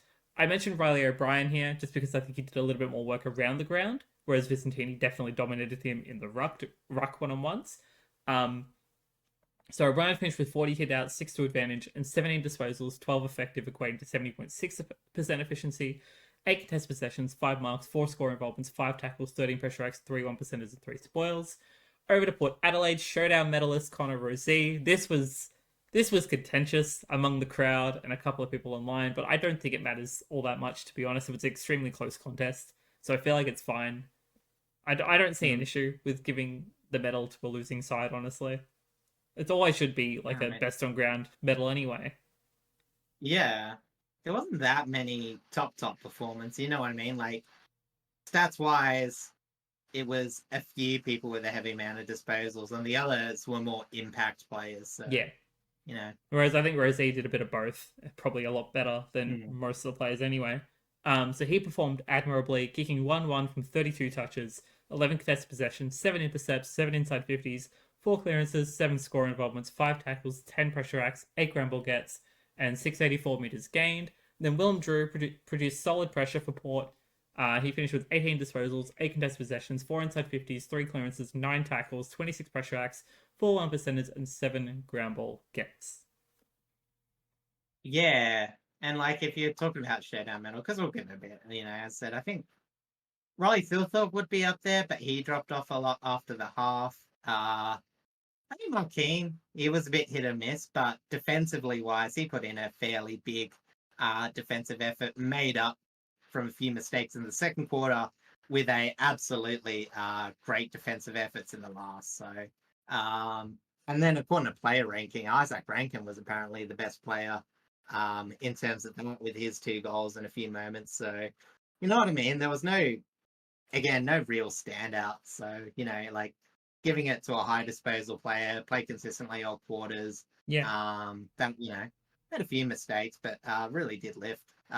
Probably one of the worst kickouts I've seen this year, but he did make up for it by getting a goal as well. So, yeah. No, overall, I think Rozee was a deserved winner, and that's a fair assessment. Yeah. And again, the only other thing I want to mention is about Riley O'Brien is, I have had a bit of not go at him before. I just don't rate him that much as a hit ruckman. He gets a bulk of hits, but they don't always go anywhere. But again, if you're going to be doing that, you got to do a bit around the ground. And yeah, he did lift that game. And again, very, very clutch moment in that last quarter. And that's actually where a bit of veterancy comes into play, because as good as Vicentini was, I would probably argue he was better than Riley O'Brien. Riley O'Brien had the smarts to position himself that well in that last play, and when games come to so many moments, you could argue that if Riley O'Brien wasn't there, Port actually had a chance of winning at the same time. So still a very important player on the ground. Absolutely. And we will probably talk about these a little bit closer to the Sir Doug Nicholls round, but Adelaide revealed their Sir Doug Nicholls round Guernsey today, and whilst I'm not going to bring up an image because we'll probably talk about all of them, at some point in the next week or two. It looks really, really good. I definitely think people should go check that out. Yeah. If it's not banger after banger match next week, we might go through all of them. At least images at the very least. I have Oh, them on the background, might actually do yeah, them. Who 100%. knows?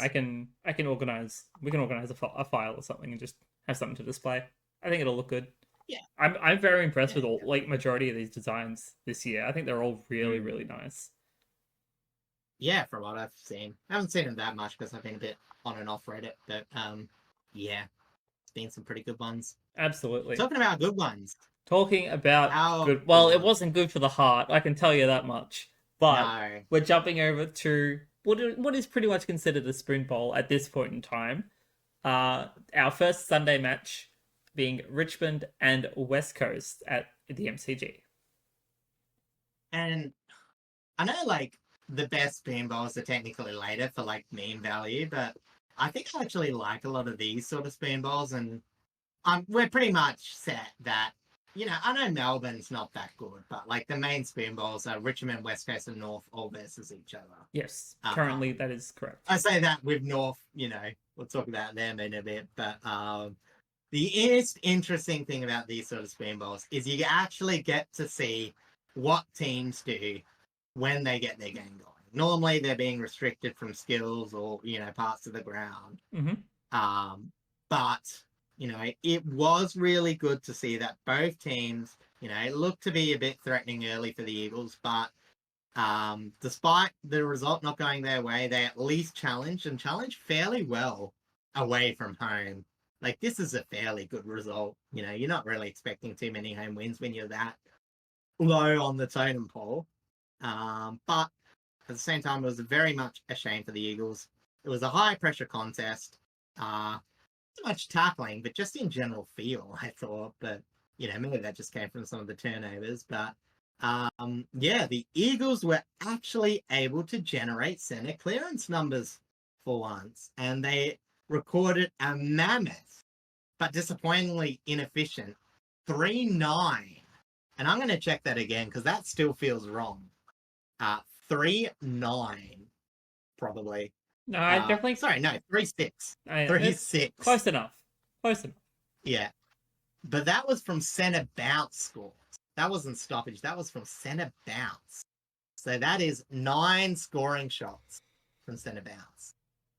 Almost unheard of for such a pretty weak center bounce team. Yeah. So with that, it meant that the Tigers' defense had to be disciplined because the Eagles were actually getting a few good entries. And I actually thought they were. I sort of watched this game on mute, sort of because it was Mother's Day, a few Eagles fans there, so we just had a bit of it on mute. And it did look that while the Tigers were probably a lot more set, both teams getting around the same amount of inside 50s, both more than usual as well. The Tigers, they felt like a bit more of a team structure thing. They were generally winning contests, sometimes breaking down, but you expect that. But I felt like the Eagles were just generating a few moment plays, and it sort of just made this be a very entertaining contest. Probably killed your heart rate watching it on the small screen while trying to do something else. Yeah, the first half, which I was actually there for, Yeah. that first half also killed my heart a little bit because it was still so close when I was hoping it wouldn't have been, but that's what you get when you're still a developing team. Yeah, exactly. And it was still like yeah, the Eagles in that were very much, you know what I mean? Like, it felt like, oh, maybe it's just going to open up, but like Richmond are going to, well, it's hard to say the word Richmond and outscore in a serious fashion, but you know what I mean? Yeah. Like, they felt like they might have had the advantage, but the more the game went on, it was actually a lot more even, I suppose, than you think. So I do want to break down a bit of these two teams because, again, it's not many times you get to break down an even contest. So we'll start with West Coast. So, I will say that this was the first chance for them to be considered even or at least somewhat in the ballpark of winning the centre bounce, which obviously they did, as I mentioned before.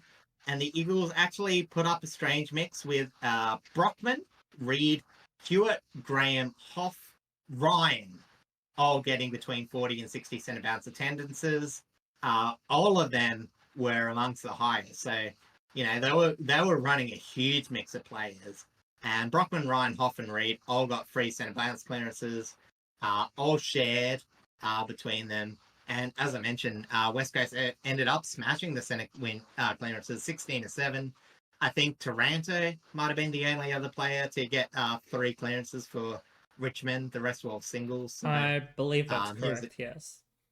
yeah.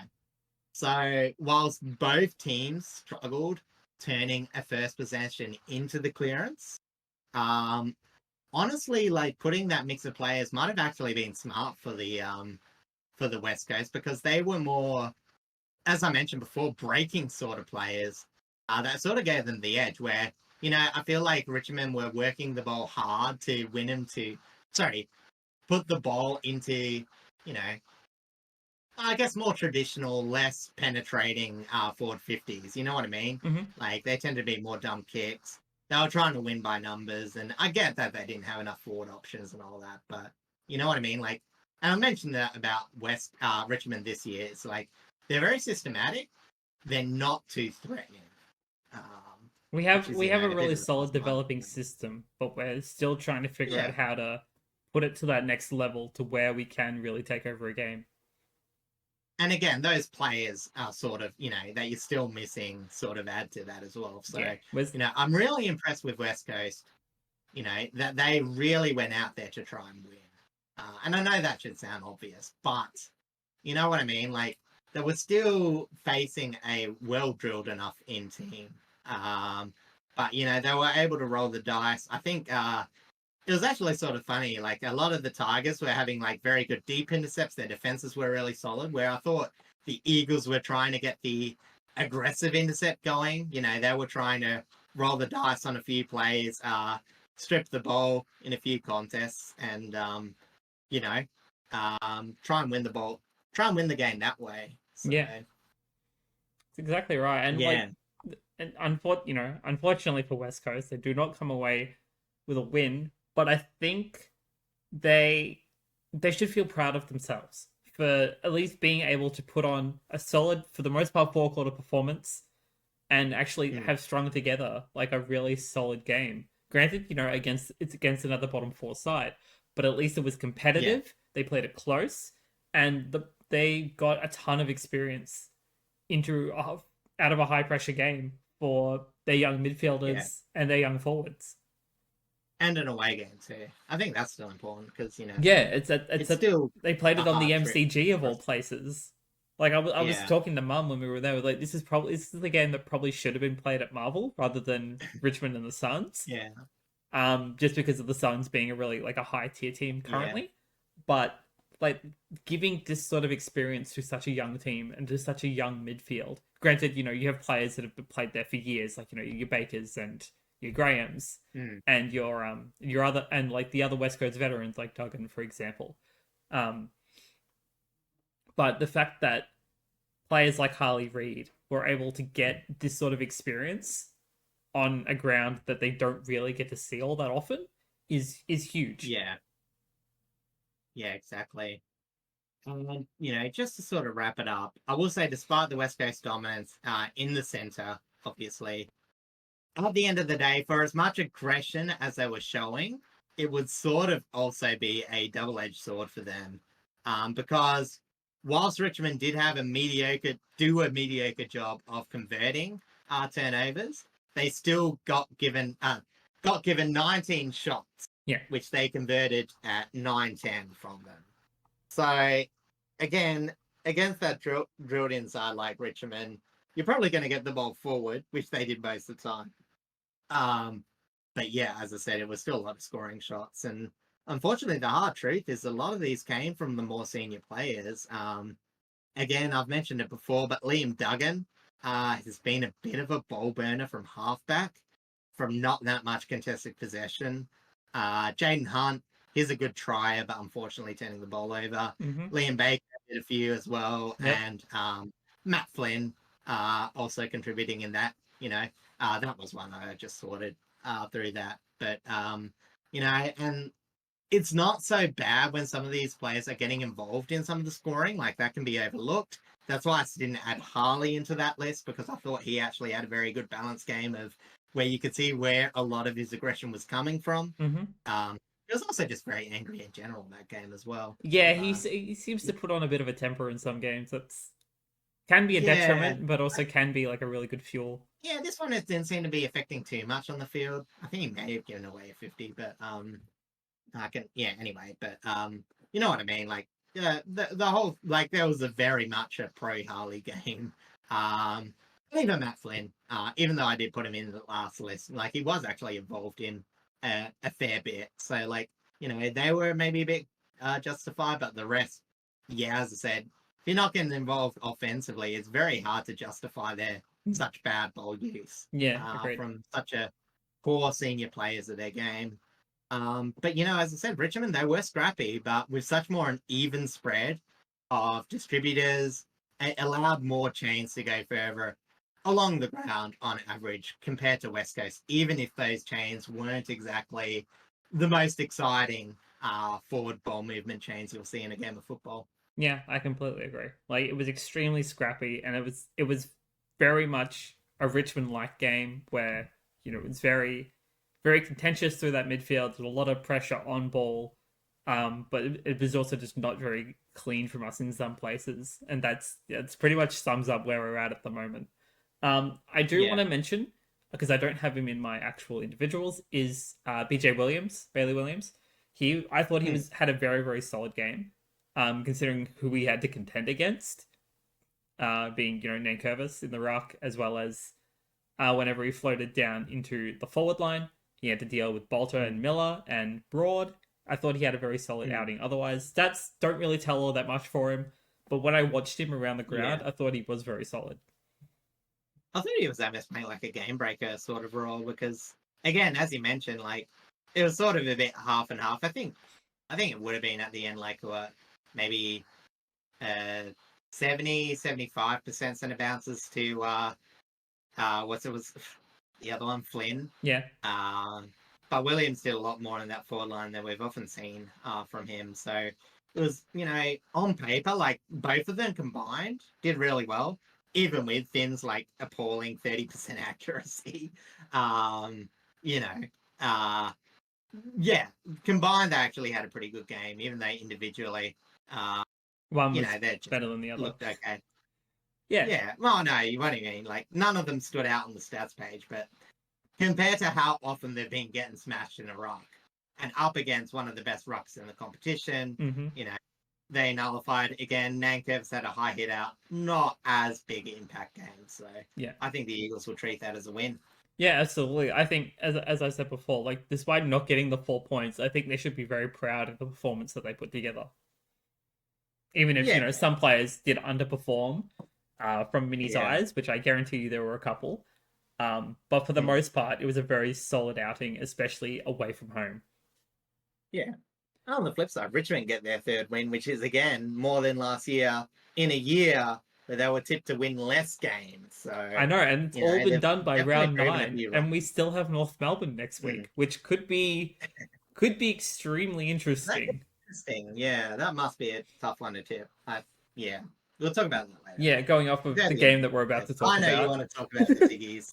I Let's do. go for it. I do. So I'm going to start with Sam Banks, who I thought had an absolute blinder.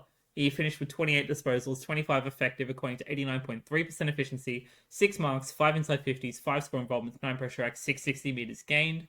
Tom Brown, on top of the match-winning tackle, had a solid outing off of halfback. He kicked 1-1 from 16 touches, 14 effective, equating to 87.5% efficiency, 8 contested possessions, 7 intercepts, 5 marks, 6 score involvements, 2 tackles, 10 pressure acts, 7 grab ball gets. Seth Campbell, who is floating between half forward into the midfield, put on some elite pressure. He kicked 2 goals from 19 disposals, 10 contested possessions, 3 inside 50s, 6 tackles with 4 of them inside 50, 30 pressure acts, and 10 grab ball gets. Shout out to our debutant Tom Sims, who really does look like Tom Lynch from afar, because they're both the same height and they're both blonde. But he's finished with 6 touches at 100% efficiency, 3 inside 50s, a goal, 3 score involvements, 3 tackles with 2 of them inside 50, and 12 pressure acts. Over to West Coast, the Fridge, Jack Graham, was once again elite with pressure in that midfield. He's easily their best player so far this season. Again, against his old side in Richmond, he finished with 20 disposals, 11 contested possessions, 4 intercepts, 3 clearances, a behind, 5 scoring involvements, 13 tackles, and 42 pressure acts. Elsewhere, veteran Jamie Cripps wound back the clock up forward, kicking 3-1 from 15 touches. I forgot how old Cripps was. I generally thought he was younger, but he's like mid-30s, which is crazy. He doesn't age that much for his face. No, you can't really pick it, but it's wild when I was looking at this.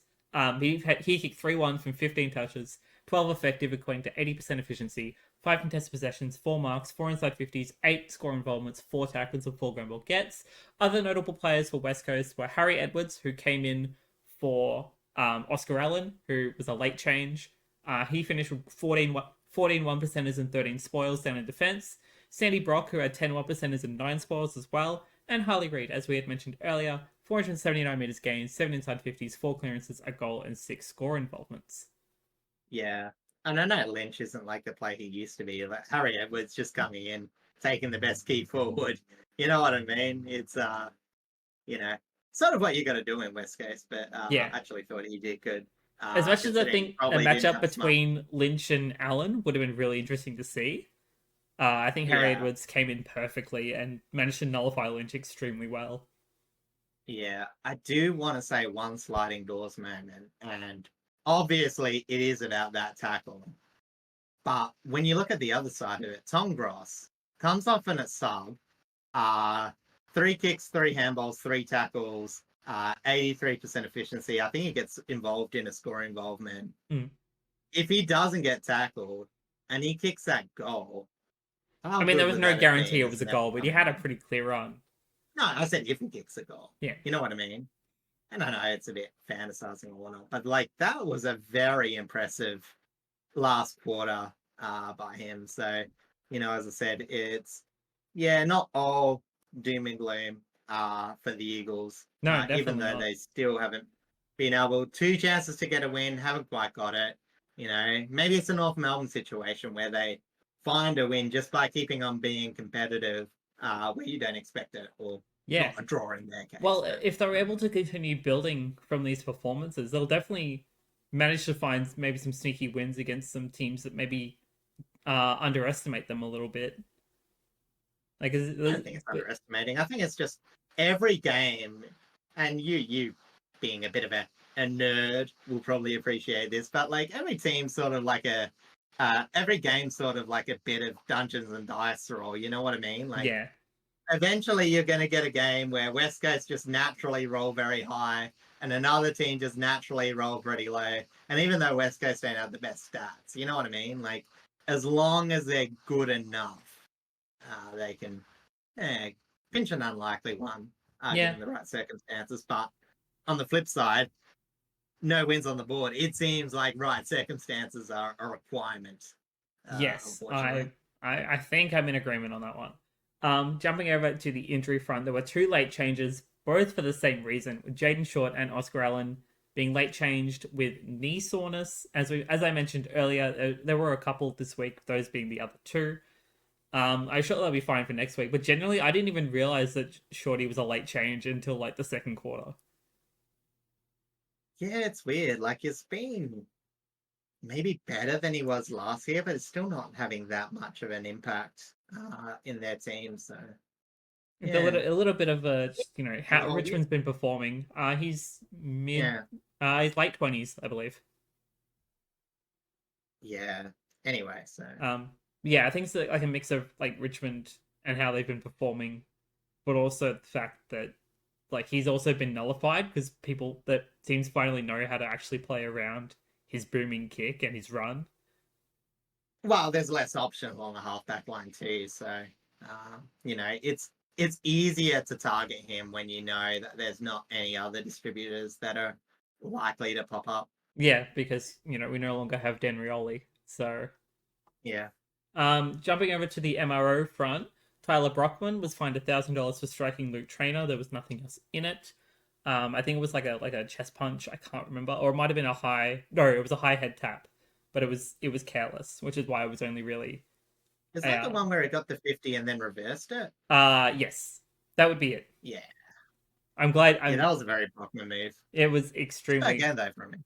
It was Just funny when it up happened and because the down. crowd Yeah. thought it was hilarious. But and then Kane McAuliffe, I spelt Kane wrong for some reason in the notes, but Kane McAuliffe and Brady Hoff, sorry, were both fined $1,000 for contact with an umpire. Why? Why? Just Why? don't do it. Exactly. Like, Treat him surely like it's John not that Cena. hard. Like, they weren't green. Yeah. I know.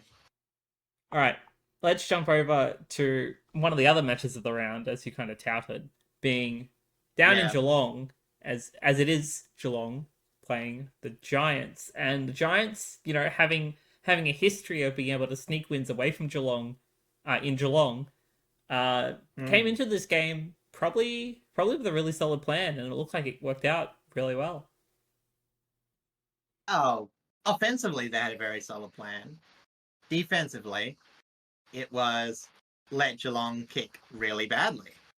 And Well, that's one way to as you do it. mentioned, obviously GWS has had the wood over them, but it really felt like this match was a missed opportunity to sort of break the curse, as to speak, because the set shot kicking was absolutely brutal. 6-12 from Geelong, compared to a pretty accurate GWS. He just made them most of their transition in a game which overall Geelong dominated. Defense was sort of loose, as you can imagine by the scoreline, which was 14-17, 101 to 16-9, 105. So again, unlike the last game where the game was decided by a lot of tight play and not much scoring, we had the exact opposite in this affair. So yeah, in the end, I think a few teams actually let a few matchups go.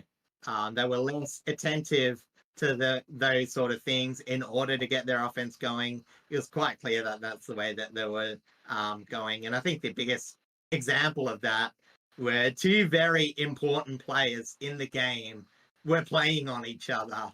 That was Tom De Koning, who was absolutely getting a lot of intercepts and marks. Sam De Koning, sorry. But he was also on Jesse Hogan, who kicked 7 goals. So, Yes. You know what I mean? It was very much both teams were letting the play go either way. Yeah, it was that's more exactly about right. what you could generate. I do mention both of them in my individuals, but it is really interesting to note that the fact that they were on each other, and Yeah. despite De Koning being involved in so many other contests around the ground, and that's why his stats are so good. The fact that he was meant to primarily be playing one-on-one on Hogan and let Hogan kick those 7 goals is a little bit of a detriment. I would say that probably I was flip it. I would say Sam De Koning was forced by team structure to play more than one-on-one than he would like. I mean, that is true. That's kind of how It was Geelong pretty has kind of been structured the past couple of years also, is where they've been a little bit Yeah, more. they're not the best one-on-one team, but they often cover each other. It's just sometimes Yeah. that breaks down. Yeah, that's right. Yeah, that's sort of how it went this game. But one thing that the Cats did do well, and again, like a lot of teams, scoring very well from the midfield, especially centre bounce. 4 goals, 4 from centre bounce, which was more than half of their stoppage score, which was a total of 8-5.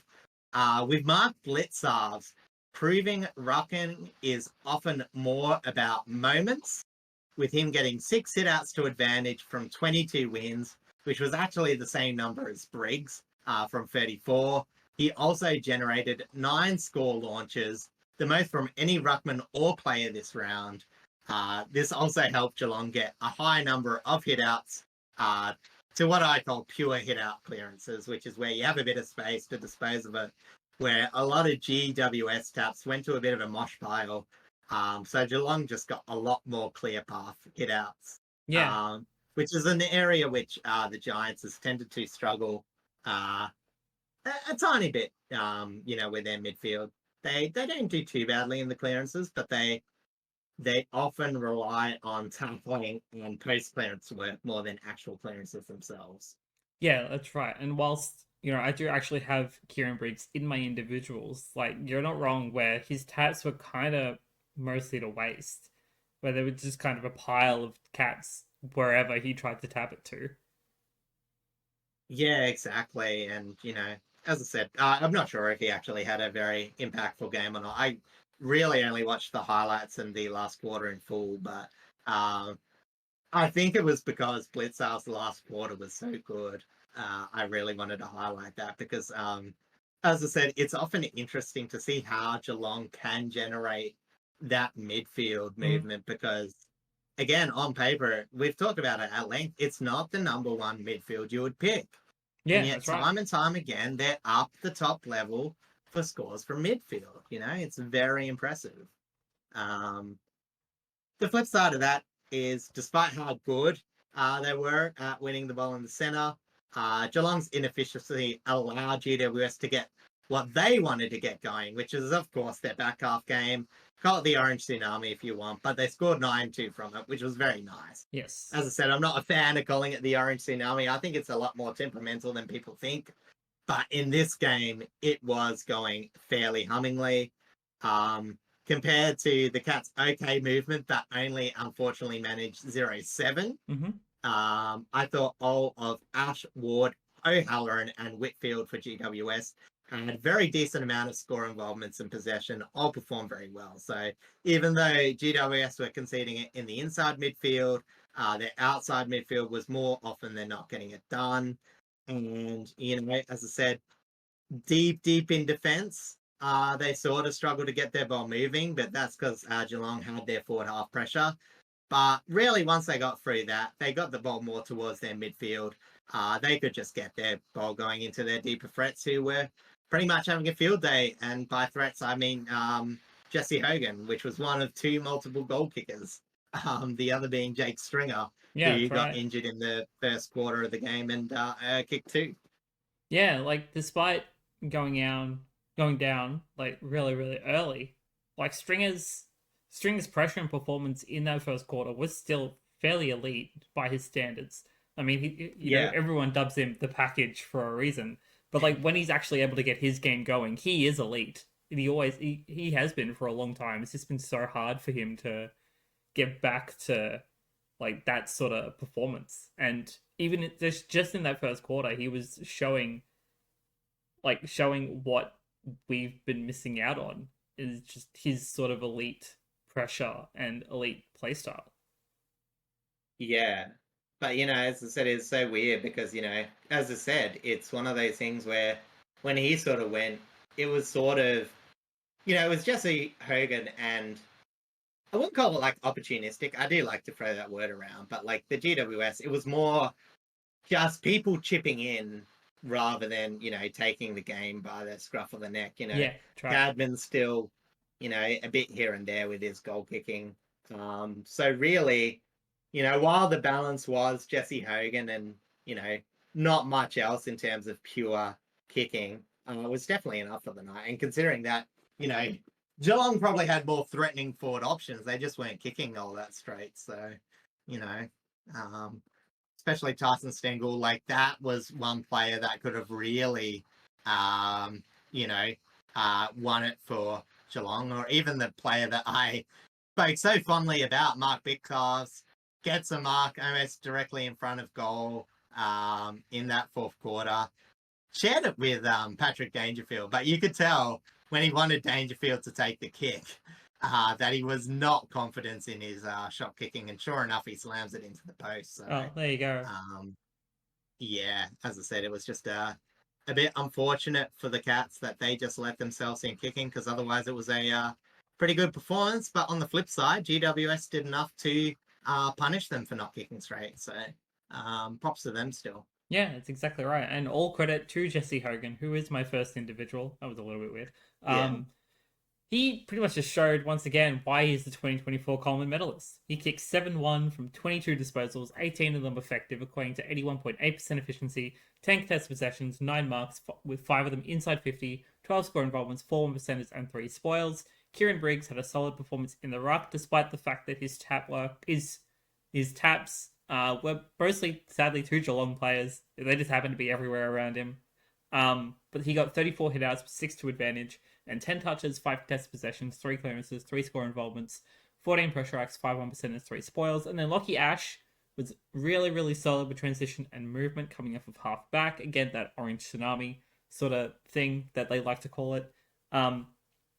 He finished with 25 disposals, 23 of them effective, equating to 92% efficiency. 5 marks, 3 inside 50, 6 raw involvements, 4 tackles, 14 pressure acts, 6 1%ers, 5 spoils, and 550 meters gained. Shout out to debutant Cody Angove, who finished with 13 disposals, 5 contested possessions, 3 score involvements, 23 pressure acts, and 270 meters gained. Jumping over to Geelong, Max Holmes was very important for Geelong's transition. He collected 30 touches, 23 of them effective, equating to 76.7% efficiency, 11 contested possessions, 4 intercepts, 7 marks, 7 inside 50s, 6 clearances, a behind, 14 score involvements, 5 tackles, 20 pressure acts, 7 ground ball gets, 710 meters gained. And also Sam de Koning, as you mentioned, he did, however, get 7 goals kicked on him, but he is very influential on intercept and other contests. He collected 21 disposals, 18 effective, equating to 85.7% efficiency, 10 contested possessions, 11 intercepts, 8 marks, 5 score involvements, 4 tackles, 5 1%ers, 9 ground ball gets, and 5 spoils. Oh, sorry, I'm just going to check something. I was a bit curious. Okay. What'd you Sam find? de Koning. No, it was just he only was into defensive one-on-one contests and only lost didn't lose any of them. So so it was probably more systematically that allowed Jesse Hogan to kick all his 7. Again, I only briefly watched the highlights. I had to rush a few of these notes. I can't I can only really tell you a lot from the last quarter feel, but as I said, I think that just comes from a lot of Geelong's defence. As I said, I think systematically, it was more systematic the reason why they coughed up 7 and personal choices rather than Sam de Koning himself. Oh yeah, it's always a team effort sort of thing, but when you're technically meant to be lining up on the 2024 Coleman medalist, you can't let him get away with 7 goals. I mean, kind of, but you know what I mean. It's like, I think it's also like marks on lead as well because they're very much very weird. Like, you can give up a mark on lead, and it very easily turns a one-on-one contest into just an uncontested mark. So, it might just be a case where it gave him a bit too much space at time. Again, I didn't go back with a fine-tooth comb, but as I said, sometimes though it just might be the fact that you're one of the best tall forwards in the competition. So sometimes it'll just be like probably that. rate him over King. Still, but obviously King's doing quite well for himself at the same time. That is very true. That is very, very true. All right. Just on the injury front, as we had mentioned in the first quarter, Jake Stringer came up with a right hamstring issue. Hopefully, it's not too bad. Maybe only a week out if they just want to play it safe. But fingers crossed, not too bad. All right. Yeah. Jumping over to a game that no one expected to end the way that it did. Was the game down in Hobart with North Melbourne and the Brisbane Lions.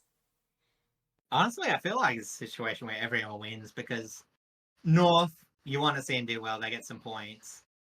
And we still got our tip right. Yes. I know it doesn't matter because everyone tipped the Lions, but still feels alright. Especially if you got a I'm curious. As much as bet responsibly and all that sort of stuff, but I wonder if anyone did actually put a bet on to see if this game would be a draw. Like, surely there's got to be one person out there who was like Magic 8 Ball, sort of look into the globe kind of prediction. Maybe, but that same person has probably lost more than they win in their bet anyway. You know what I mean? Yeah, that's very true. I guess if you put like $1 on something really fringe to happen, you know what I mean? You just say if that happens, but again, statistically, you're more likely just to lose a lot of bucks. Anyway, so I mentioned last week North had a bad 10 minutes to start the game before evening up their midfield, getting them back into the game. But those who don't remember, that was against the Bombers. That's right. Whereas, as I said, this week, they might have had a bit of a bad second quarter, but they actually dominated Brisbane in some areas, who were extremely lucky to even get the draw against North, who's shown signs of growth in a week where their inability to win has been in the spotlight. We saw the media bash them a bit with the, worst record since the 70s Fitzroy side. over a 2-year period or Mhm. 3-year, I can't remember. But yeah, all parts of the ground I thought for North were gritty. And whilst their skills let them down at times, especially their ball use, this type of football shows them that they can at least create defense. Sorry, they can actually create defensive stability from good attack Yeah. and not just be known as a one-way team. Because they're still attacking fairly aggressively. But some of their control, some of their better ball use, sorry, better ball use, but better movement ideas were allowing their defense to get set up a lot better than in other weeks. And, you know, they kept the Lions to 71 points, which cannot be understated. Mhm. And, you know, the Lions drew center clearances and actually lost stoppage clearances, which is the fundamentals of their game. So for Melbourne to win that, huge props to them. They also won the meterage battle and amazingly score from forward half. As you know, the Roots sort of did the Lions what the Lions like to do. They put them in a little trap. They just couldn't finish them off. Forward half trap, I should say. Yes. So for North, again, I'll go a bit specifically into them just because they haven't had too many pluses this year. Defense has been an improvement over the last 3 weeks, but obviously, again, highlighting in this week. But alongside that, and I alluded to it earlier, was the improvement of the Kangaroos' midfield defensively. That sort of allows the Kangaroos to get set up and not be stuck with loose options in their forward 50. They're no longer sieves in terms of transition. And while their offensive transition has a long way to go, I think Dylan Stephens is the only outside player having a offensive impact this year, which sort of hurts. Mhm. At least now defensively, we're seeing players all along the ground pushing to better spaces and minimizing the damage of opponents' run. You know, we've seen some defensive players like Aiden Core, Toby Pink, even Caleb Daniels at times. Yeah. You know, pressing forward, you know, getting some ball locking ability, you know, and, you know, that's helped out a lot. They still concede a fair few marks, but it's not as much as other times in their history. And I think, you know, one of the biggest things, you know, Zorko, again, absolutely, he was on fire, 38 touches. He, and I will say, only converted 8 of those into score involvements. And I think if this was like earlier season North, I reckon he could have had 15 plus, you know, 100%. with his efforts because, you know, he was on fire, he's getting a lot of touches, but North were at least stemming uh, from what was fairly prolific halfback years. So Yeah, um, I just wanted to highlight that. North have stepped up massively. Hmm. Like we kind of saw that they were steadily improving. Granted, again, they still had a couple of hiccups, especially against Hmm. Carlton, for an example. But we knew that they were steadily sort of improving, even if it's at a slow pace. But being Yeah. able to have this kind of game, granted, I feel like the weather definitely would have had a slight impact because it's cold down in Yeah. Tassie. Similar to the game up in Darwin, where it's warm and sweaty and gross up there. Um, Yeah. I definitely think that because Brisbane often come from from a warmer climate, they wouldn't have adjusted super well to the cold, maybe, and that probably could have played a little bit of a Yeah. factor in how lethargic they were, as we're about to touch on. Um, Yeah. but the fact that North were able to take it to them completely, and Hmm. like you know, I'm sure they would have much preferred the 4 points rather than the two. Hmm. But being able to do this to the reigning premiers from a team that over the past couple of years has been either in dead last or constantly bottom four Hmm. is astounding. Like you don't really see these types of games ever. Yeah, and I also want to say it's brave too. Like the way I was talking about the way that the defense was set up, they were putting players ahead of the ball to try and generate those intercepts, you know. But at the same time, when you've got Brisbane who do have piercing long kicks, it's so easy to get burnt. And for them to, you know, put the whole game, you know, go through the entire game, you know, being structurally solid enough to not prevent too much movement from halfback due to those things, you know. I wouldn't even say that was the main problem. Like a lot of the scores against were from turnovers. Yeah, 6-6 score source from turnovers. So, you know, it wasn't like Brisbane were getting a lot of back half. They did score 5-2 compared to the 2-3 from North, but you know, for Brisbane standard, that's not that big a deal. And when we look at their forward half, which was only 3-6, you know, that is a huge credit to North's defense, you know, not only being able to push up, but to get the ball from defense to at least the halfway mark. Because as I said, they weren't offensively transitioning the ball that well, but they were at least moving it up enough to keep it out of danger. So, Yeah, that's right. you know, not only were they playing brave, they were still doing what was required when it did get in there deep.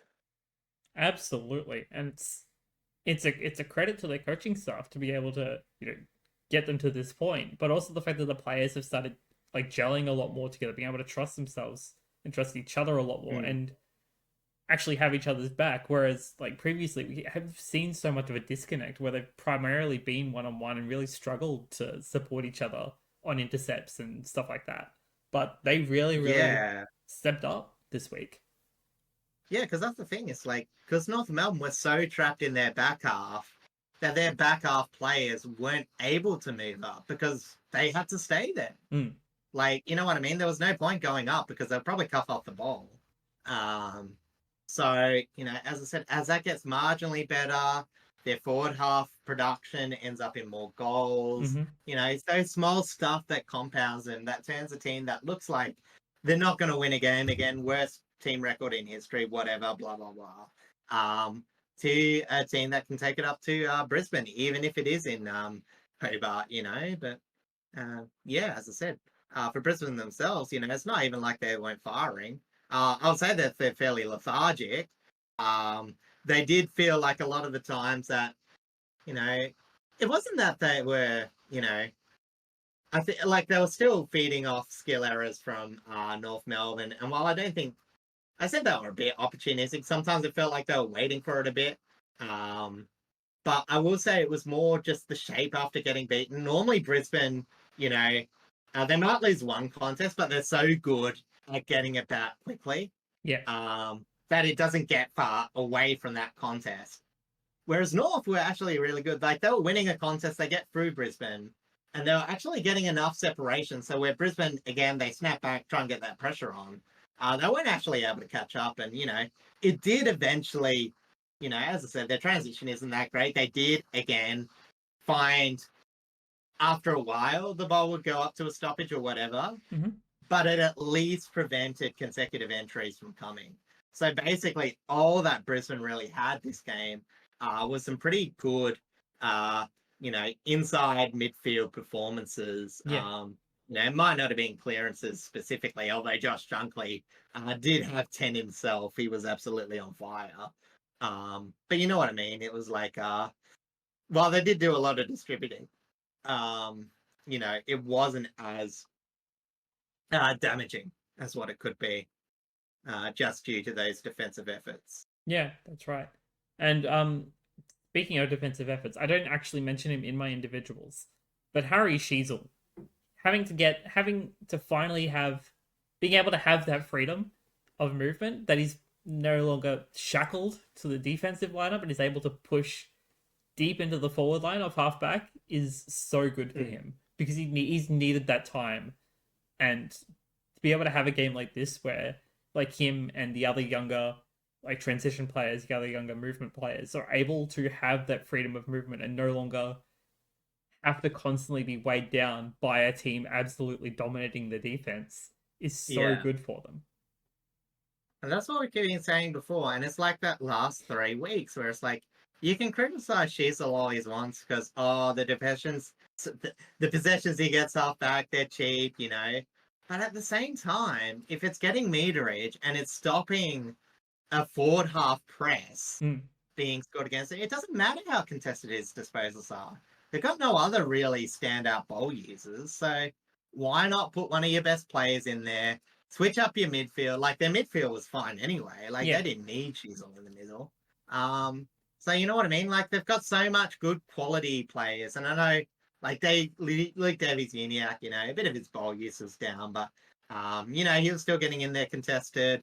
Tom Powell had a pretty good game. Mm-hmm. So you know what I mean? It's like they were generating enough. Again, they won the clearances, which again against Brisbane's quite amazing. So, you know, it's while those things are going for you, just make the most out of the players you have. You know, sometimes it's Exactly. not just about putting everyone in the middle, it's putting everyone in a position where they're most likely to impact the contest. And, you know, even though they're not, you know, gritty, tough nut, whatever possessions, the best from them is at half back.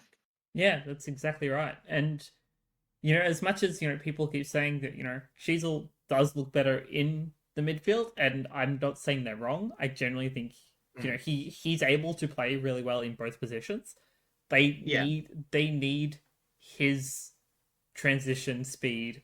They need his ball movement so much more off that halfback, because they don't yeah, really have anyone else. Well, one like him, because again, you know, top end yeah, talent, but also just the way that he's always kind of gone about his his game over the past couple of years. He's the only one in that team that can do it. yeah. And again, it's one of those things where they always like have a go at him for not getting that many scoring balls, and like his player ratings, like they're fairly vanilla. You know what I mean? Mm. Like he hasn't done much of an impact. But then you also remember, like, yeah, you're He's like, also how's he going to playing get for scoring North chance when there's Melbourne. nothing? Yeah, he's not got much up the ground to kick to. Again, Dylan Stevens is the only other outside midfielder that looks anything capable in that North Melbourne side, unfortunately. But yeah. Also, the final point I want to make on that is the flip side, where Sheasel is able to play that role because North has gotten grittier defensively. Because obviously, Sheasel, that's the biggest bane of paying him off the halfback, is he's not, you know, a gritty tackler sort of type. Yeah, that's right. He is a distributor. You are locking that small defensive role into distribution. So, you know, it is a credit to North to be able to set up their defense where, you know, as I said, it's not that bad playing someone like Sheasel down there.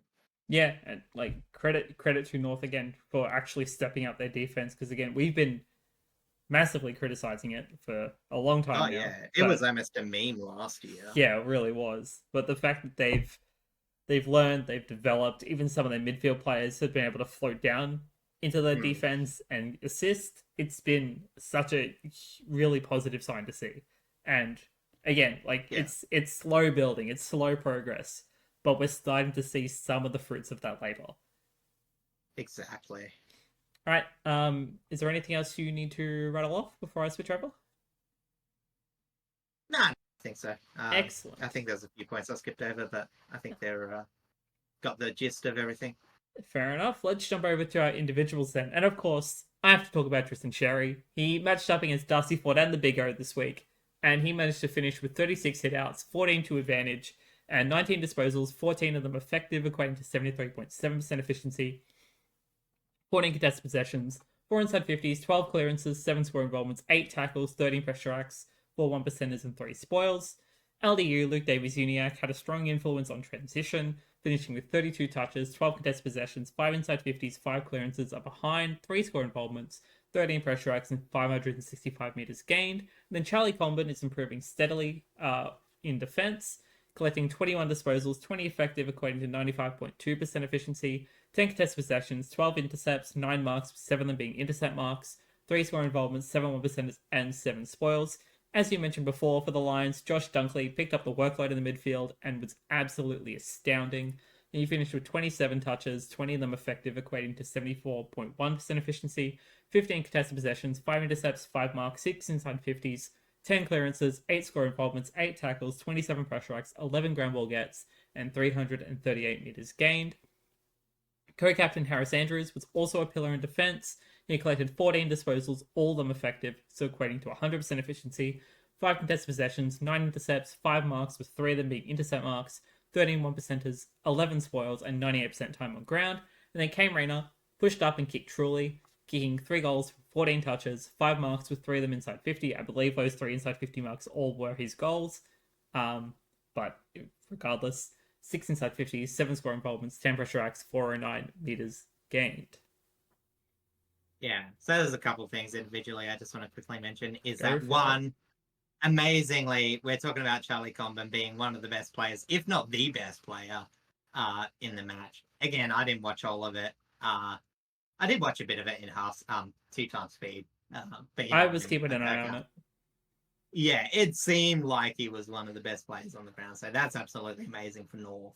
Uh, and B, I did watch a bit of the halftime interview with Fagan. And it is funny, like, how much they're like talking about, oh, like, what do you think about Lockie Neal? Oh, he's getting tagged, yada, yada, yada. And it's just like, and he's like, oh, I don't think we're going to, like, do anything. You know, he's just giving the standard response. But you can tell in his eyes, is like, have you seen what Dunkley and McCluggage are doing? You know Yeah, what I like mean? it doesn't It's like, matter who if cares? your Yeah. captain, your Brownlow medalist is getting tagged. Mm. Like you have these other insane players doing so much of the workload. And not to mention, you still have Mm. Zorko on that half back line doing so much. Yeah, exactly. And it's like, Lockie Neal still had some impact. I think he still had, yeah, 4 score involvement still, a few tackles. It's not like it was a stinker of a Yeah, match. he was getting As I tagged, but said, he was still effective for the most part. yeah. So, yeah, as I said, I always find that funny, as I said, when everyone say like individualistic, but, when you look at that whole team rating, it's like, yeah, they lost the clearances. More around the ground stoppages that they probably could have used better shape, but I wouldn't have called that like core midfield group, um, that disappointing in that match. Yeah, Yeah, as yeah, I said, I agree. performing the way they did. All right, jumping over to the injury front, Jared Berry was sadly concussed. I didn't see the incident, but hopefully he should be back in about 2 weeks because I think they have only a 6 day break for the next match. Over to the MRO, Josh Dunkley was fined $1,000 for, you guessed it, contact with an umpire, and thankfully that is the Yeah, last one of the round. yeah. Umpires can be rest in peace for another week, maybe. There's a fair chance we'll get a couple more this weekend. I'm guaranteed. Yeah, well, that's how it goes these days. All right, So that let's concludes the take a relevant round. look at our ladder. Interestingly enough, the top 8 does not change, which is really, really weird to look at. So, essentially, so we hadn't looked at the ladder for about 2 weeks. So, just in case you're unaware of what the ladder currently looks like, uh, top first to 8th is Brisbane, Collingwood, Hawthorn, the Gold Coast Suns, Adelaide Crows, Western Bulldogs, Geelong, and the Giants. 9th to 12th is Essendon, Carlton, Fremantle, and St Kilda. And then from 13th down to 18th is Port Adelaide, then the Sydney Swans, Melbourne, Richmond, North Melbourne, and West Coast. And it's so interesting to So see essentially, Sydney, Melbourne, and Richmond all on the same points. yeah. Well, I was going to say it's such an interesting round. Like all these close matches, and all that really happened is Essendon and Carlton went up, and Freo, St Kilda, and Port Adelaide dropped a bit. You know what I mean? Yeah, Which is like nothing really happened in the grand scheme of things, and yet so much happened. it's so interesting how close games can actually make all of the difference. Because Yeah, that's exactly. all primarily like the whole reason Carlton was able to jump up, apart from like getting the 4 points, is percentage. Percentage and the fact that, as I said, the dice rolls for St Kilda. Well, I meant they beat St Kilda, so that's not fair. But Yeah, Dockers and Port Adelaide didn't quite get the job done. no, that's fairly right. All right, jumping over to our previews.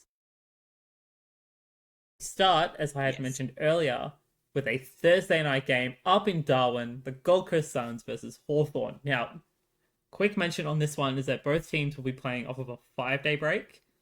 So that will likely have a big impact. Plus, it's going to be apparently it's going to be really warm that night specifically. Yeah. I have seen mention that that the Suns are thinking about resting a couple of players.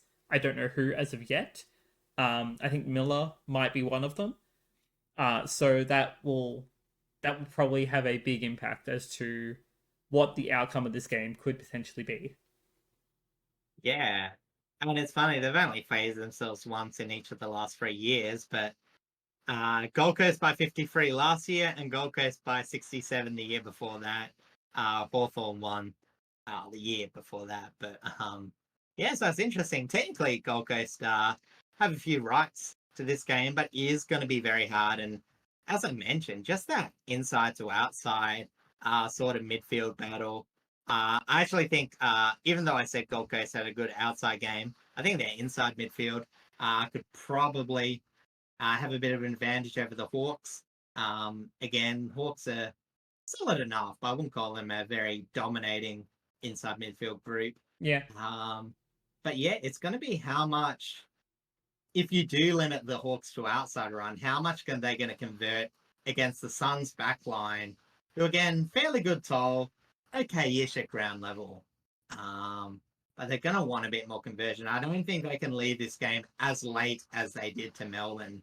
Otherwise, the Suns are going to win fairly comfortably. But, you know, it's just going to be a pretty hard task for both teams, considering the conditions at the same time. Like, Yeah, absolutely. I can't imagine too much arm space being had unless one team just romps the other. I mean, that's a given. You know what I mean? I'm definitely leaning into more of the Suns' favor. Even if they do rest a couple of key players, I don't genuinely think it'll have a huge impact. So I think the weather will be more impactful than the outs. It might make this a bit of a sluggish game rather than like high pressure, like strong like ball movement kind of game. But it'd be really interesting to see the Hawks pull something out of their hats for a game up in Darwin of all places. Yeah. Considering they're more familiar with playing games in Tasmania. Yeah. It's going to be interesting as well because it might actually force a few moves. You know, as I said, we've seen Nick Watson float up to the wing, but I think this is a game where he will play a fair bit deeper just because ground level threats will be so important for both teams. You know, I mean, Gold Coast still have a few. Like they have, what's his name? The high draft pick from last year. Humphreys? I forget his name, but not quite Humphreys, but he is a smaller-ish player. I'm blanking on the I'm name. trying to remember. Rogers. Jake Rogers, that's right. Yeah. You know, he might get a bit involved. I think they were playing someone weird, like what was it? Yeah. Oh, they're playing Fiorini. That's right. That's right. They have but been anyway, playing Fiorini. But yeah, it could no, be. it's just the last match. It could be a bit of a coin toss game. But we might have to wait and see if like the key outs are like massively major, or if it's only going to be like Miller and like maybe one or two sort of minorish players. But what I really meant from that is their outside players can definitely contribute up forward as well at the same time. So 100%. It's one of those things where both teams have a bit of flexibility, how much they want to focus on transition and how much they want to actually focus on trying to convert if the conditions are tough. Yeah, I completely agree. All right, jumping over to the Friday night game up at the SCG. It's Sydney taking on Carlton. And while Sydney looked to be kind of favourites going into this so far, I don't think they should be. I mean, they're injured to buggery. Like, that's the first thing. Well, yeah, that's the obvious part. Yeah, and I think Carlton, again, I mean, if they showed enough against St Kilda, I don't think there's that much difference in profile. You know what I mean? Like, Sydney, they're, again, going more one-on-one. They're trying to restrict a bit. They've struggled to do that as well. Their backline's faltering as well due to injury. I don't know if they get Melican back. Was that only 1 week? But it was one or two. I can't remember. Yeah. Anyway, the Pell would be the only one big person that they get after this week. Whereas, you know, as I said, for Carlton, they have a bit more going for them, in my opinion. It's just they've got their key forwards, solid competitive midfield. Despite the loss of McGovern, their backline is still fairly solid. You know, Wiedering, Silvani's putting up a lot of work this season. Well, I was just going to say is like, I guess for Carlton, it's how much do they concede from stoppage going both ways? Because they can definitely generate a lot from their stoppages. Sure. They've got to make sure that Sydney don't get their midfields involved into the game, because obviously that's so dangerous.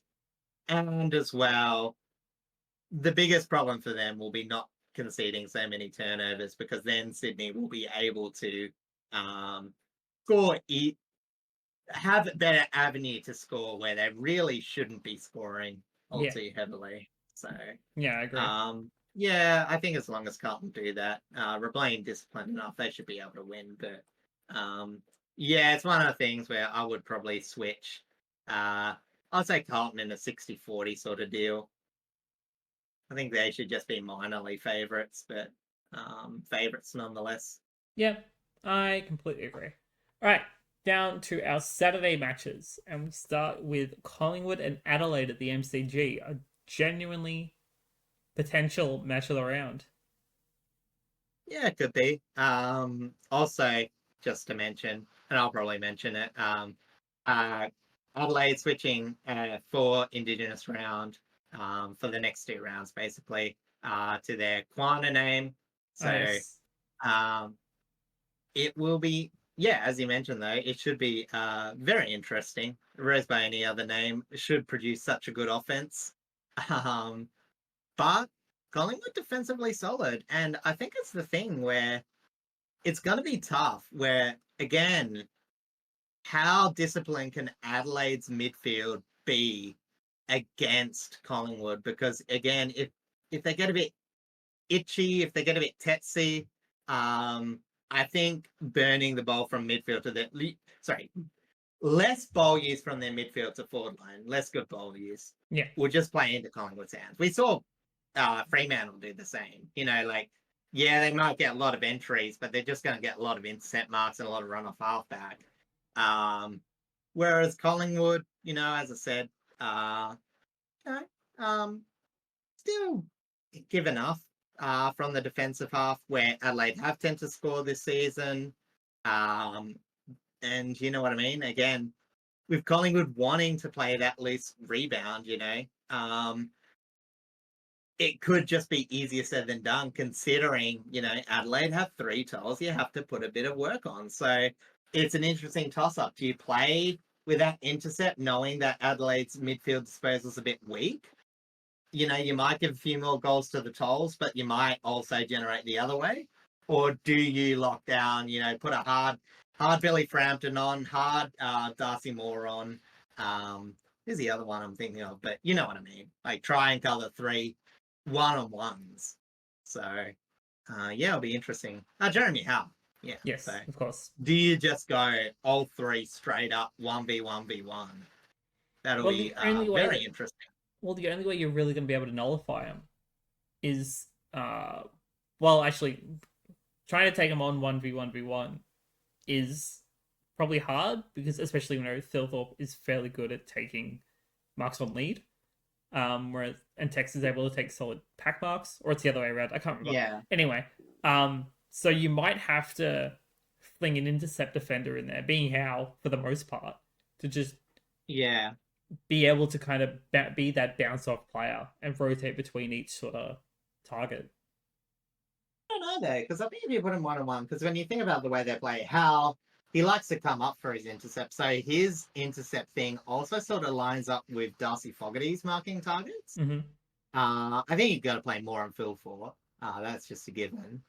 And then what you're left with is Billy Frampton on Tex Walker, who honestly, like, I know he's not the best defender, but he's actually decent with his body. If he can just get the ball to ground, prevents, some of the disposal coming off him. I think it does actually match up well, where you could still maybe force a few intercepts going 1v1. As I said, that's, I think, the most interesting thing. That Quanah forward line versus the Collingwood back line. And, as I said, Collingwood have some forward options.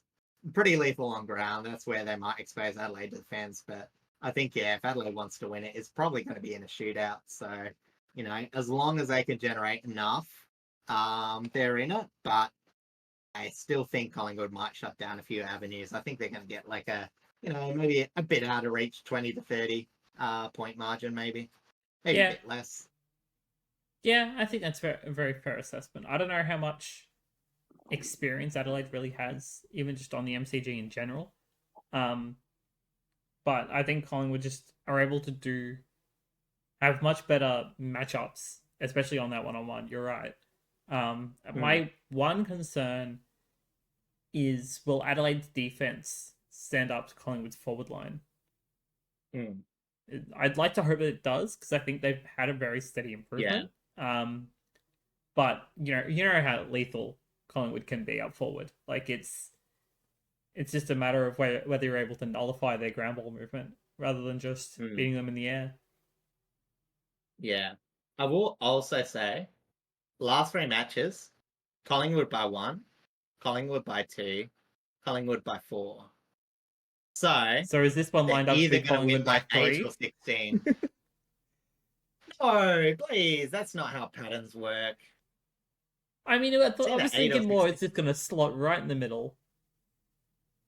I was thinking like doubling or squaring, but okay. Well, maybe it's just a different interpretations. But if it was 3, it would send me into like a numbers related twitch. I don't think I can handle that. We'll yoink bounces. See how I go next. We'll yoink bounces numerology for a bit.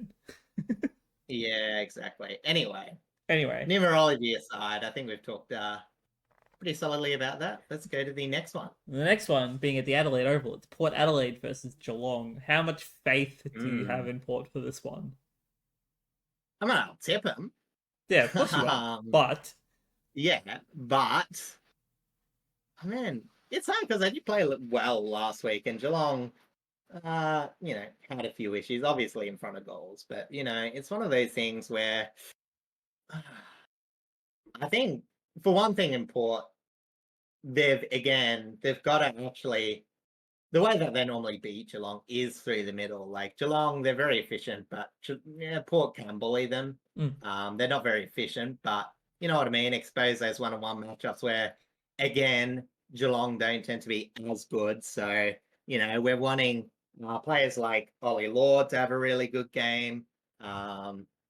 Mitch Georgiadis will be very important, even if we can get Finlayson involved, maybe. But at the same time, geez, if Port just start being a bit inefficient, start getting the ball the other way, you know what I mean? It's like Geelong, yeah, they can score very quickly against Port Adelaide at the same time. Yeah, we've seen that before. We've seen them absolutely smash them if there's been too many, you know what I mean, turnovers by Port, and Port are fairly prone at that. But yeah, last 3 matches, obviously, Port Adelaide had that very impressive win later in the year, 101-95 in 2024, but also got smashed in that what would be qualifying final. So yes, yeah, it really depends on how cohesive Port's forward line can be, because there will be a few avenues for territory, but we've also seen Port win the territory, but lose the overall battle, which is what you would expect most time this contest. This would be probably a 75 to 80% Geelong, which is unfortunate because I'm going to tip Port. What can you do? Yeah, it's if you just want to hope that Port can show a little bit more. Yeah, string something a little bit better together than what they did last week. I mean, great showdown, only a 5-point differential. But the fact of the matter is that there were so many points that they could have swung it in their favor for so much more, and they just didn't. And you want to hope that they kind of remedy that against Geelong. Yeah, exactly. And I should say, also, obviously, again, going to the Indigenous round names, and I'll try and stick with them next week when we actually get there. But Port Adelaide will be representing themselves as Yataputi. Excellent. Yeah, I think Geelong will probably come out on top in this matchup. Again, they have some pretty solid experience at the Adelaide Oval. But yeah, for your sake, you just want to hope that Port are able to remedy some of their mistakes from last week. Yeah, probably. And, it'll be interesting if we bring in a player like Zach Thatcher, who is eventually coming back. Either he'll be back this week or again another week in the Sandville. So it'll be interesting if we'll try and get another tall defender to try and remedy some of the problems we've been having. But that's always a dangerous... It's a very fine line against Geelong, who can be just as threatening on ground level. Yeah, that's right. As they are set shot production. They're just a threatening offensive team, to be honest. So. Very true. Very true. All right, going up to New South Wales at NG Stadium, where the Giants take on the Dockers. Yeah. Yeah, this is going to be very interesting because, again, well, before this week, I would have said the Giants are a bit suspect. They did do, again, very well against, against Geelong. Mm-hmm. Anyway, but yeah, it's going to be very hard because, although there have been some good games between these two teams, last year's game was very exciting. Obviously, that's the one of the ones where Geelong, I get really mixed up. Freo coughed up a bit of a late lead to lose against it. But yeah, honestly, if Freo are going to be that up and down with their forward half use of the ball, Mm-hmm. with Geelong being, again, not the best stoppage winning team, but best, like a fairly good restricting stoppage team. I think Fremantle are going to struggle, and they're going to struggle a bit. Again, off current trend. Obviously, a lot can change in a week of football, but Very true. yeah, unless, and again, we're going to have to see some big performances by either Tracy or one of Amos or Voss or even McDonald if he plays, Mm-hmm. to be able to break past the wall of Buckley and Taylor. Yeah. Because, yeah, as I said, even though the Giants weren't exactly defensively strong last week, again, a lot of that did come from a Geelong outfit that was playing very aggressively. And I just don't think Fremantle have that in them from the way that they've been using the ball. I imagine that it'll be a lot of small ball movement from Freo. The Giants will sort of let them have it, but really look to get that back half intersect going and then just choose their moments going forward. Yeah. I think it'll be a comfortable win from the Giants. I don't know if it'll be that high scoring, but I can imagine it being like a 85 to 50 odd contest. Yeah, I think that's pretty accurate. I'm definitely 100% going Giants on this one, but I wanna see Freo not be so up and down, so inconsistent. Oh, as a lot of people that I have seen determine them to be frauds. I want them to show a little bit more, especially away from home. Like show some more Yeah. fight, some more grit, and just It's try and string it's together like a the little bit more duality of consistency. man. It really is. Yeah. This is what I would It's like determine the St duality, Kilda half man. the time. One day you wake up being flag mantle, the other day you wake up being fraud mantle. There's not much differences between the day, and yet you're still one or the other. Pretty much. The way Freo go about it right now is how I would often view St Kilda. Is just that inconsistency. And it's rough. Yeah. Well, it's funny. It's like the opposite of St Kilda too, because like St Kilda, what you're referring to, like to defensively strong St Kilda, last year that couldn't get it going, whereas this was the opposite. They've got such a theoretically solid forward half of the game that they should be able to get going, and yet that just doesn't hold them up. I guess they both sort of score from the back half too. But yeah, as I said, again, the downside is I play to watch even when they're good. So Yeah, yeah. that's very true. All right, let's jump over to our. Also, yeah, last thing. Oh, yeah, go on. Freo will be representing themselves as Wally up in this match. There we go. Fantastic emblem as well. I love that. Yeah, I really like that one. It's really good. Not many rocks though. That's a bit of a weird choice. It's okay. In WA, I should mean. You good? Yeah. All Yeah. right. Let's jump over to our last Saturday game. On the Saturday night at Marvel Stadium, the Western Bulldogs host the Bombers. I wanna after Essendon's, struggling but successive win against the Swans, I wanna hope that they can put up a fight against the Dogs, but I think the Dogs will just overpower them, honestly. I mean, yeah, you would hope so, because we've seen a few of that where, and it's been good by the Bulldogs. They'll back up like some of these almost wins, some of these, slightly disappointing, but whatever, with some really emphatic victories. And if that lines up, the Bombers are in for a world of hurt because we know that they do struggle defensively at times. You know, even last match they let Sydney score a lot, and we saw how ridiculously efficient that they needed to be due to being restricted. And then you've got the Western Bulldogs who can be even more restrictive with how many inside 50s that they give up. So, yeah, there's a lot of signs that see a bit of pain. I think the one thing for Essendon is, again, trying to get that two-way shape from their midfield. They can run their game from their midfield. They've got enough players to at least be competitive. So if they can draw enough small victories, you know, defensively, maybe pick up a bit because, again, the Bulldogs have a bit of a rotating forward line. Yeah, if they can reduce that damage, it could be interesting for parts, but I just think weight and numbers, you just can't imagine the Bulldogs not getting enough. I'm sorry. Yeah. Yes, the Bulldogs will always get enough, you feel, in most matchups. This is just one of those things where it's like, I don't think it'll be a terrible, terrible contest, but at the same time, I could almost put the Bulldogs up to like an 80% chance of win. Yeah, I think it's going to be fairly convincing by them. On the Essendon front, they've definitely had like very, very, very, very solid improvement in some of their individual players, especially in defense. Like again, as we mentioned before, they had 3 players who had 100% time on ground, and like still managed to edge out that win. But those players are going to have to match up against the brutality of the Bulldogs, and their forward line is, you know, it's an amalgamation, but it's an effective amalgamation. So it's going to be really interesting to see how it matches up.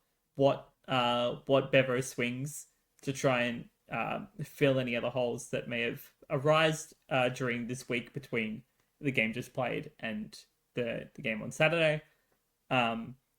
As to whether he decides to like put a tag on merit, or he just trusts his midfielders that they're going to be able to just win the ball over and over.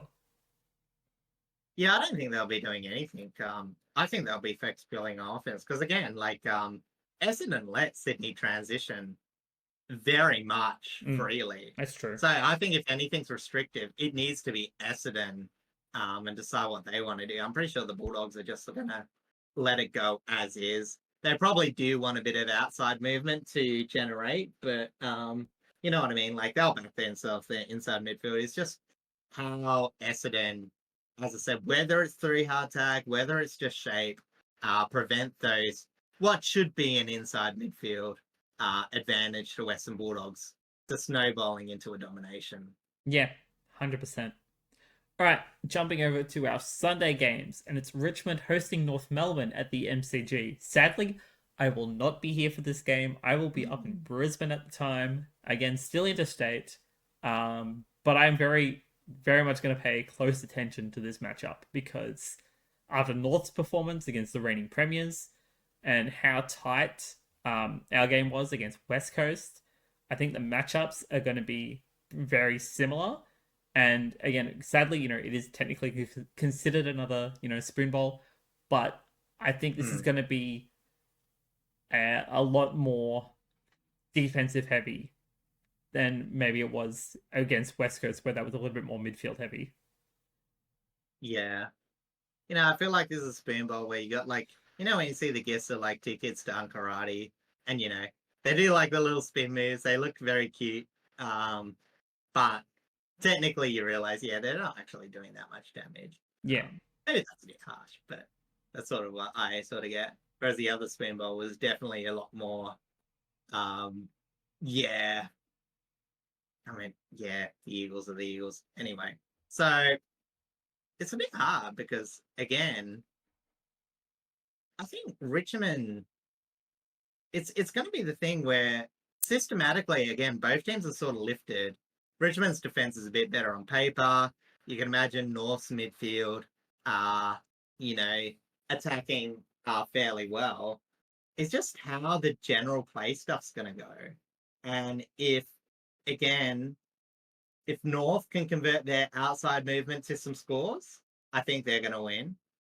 If Richmond convert their probably I would say, yeah, if they convert their forward 50 general play, midfields movement to inside midfield movement, I should say, 2 goals, I think they'll win. I'm Yeah. not sure if that makes a like weird bold prediction of the week.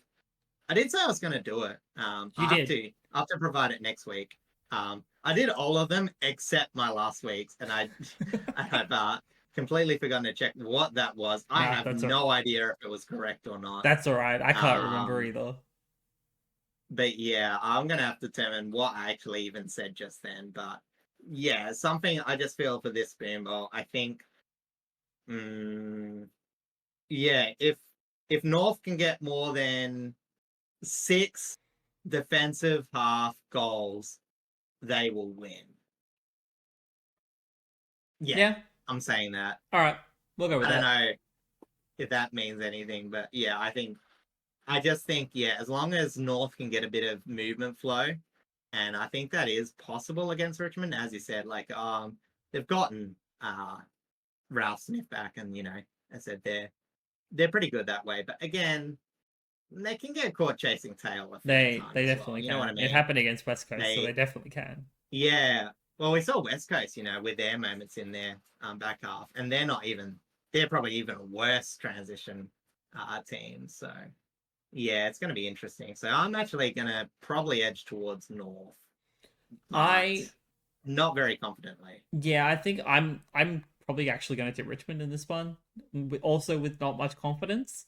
But I have a feeling that the way they're going to stop North's transition is possibly by tagging Sheasel, because again, he's their primary ball mover out of defense. So Hmm. if you stop and nullify that, they're going to really struggle to be able to transition their ball out of their defense and Yeah. might have to resort to long dump kicks, where normally we have players like Bolter and Broad down the back and Boston who are normally just sitting ready for it.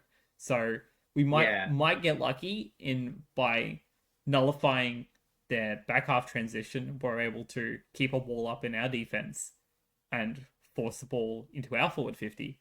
But on the flip side of that, if we're struggling to nullify that transition from North, we could easily get overrun, and our defense might struggle against the likes of Lucky, for an example.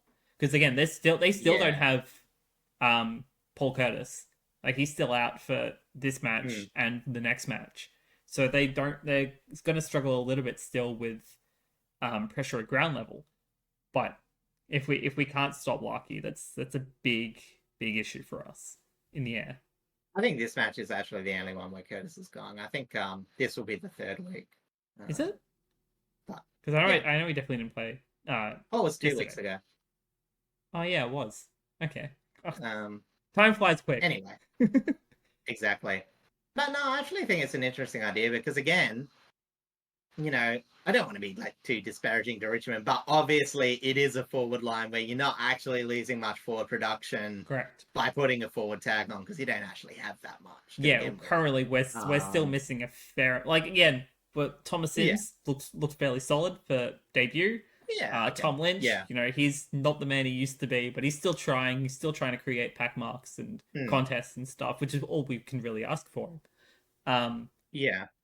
so yeah, like until we get Lafau back, who's looking to be on schedule. Hopefully post bye, we might be able to It's get him back on possible. the park.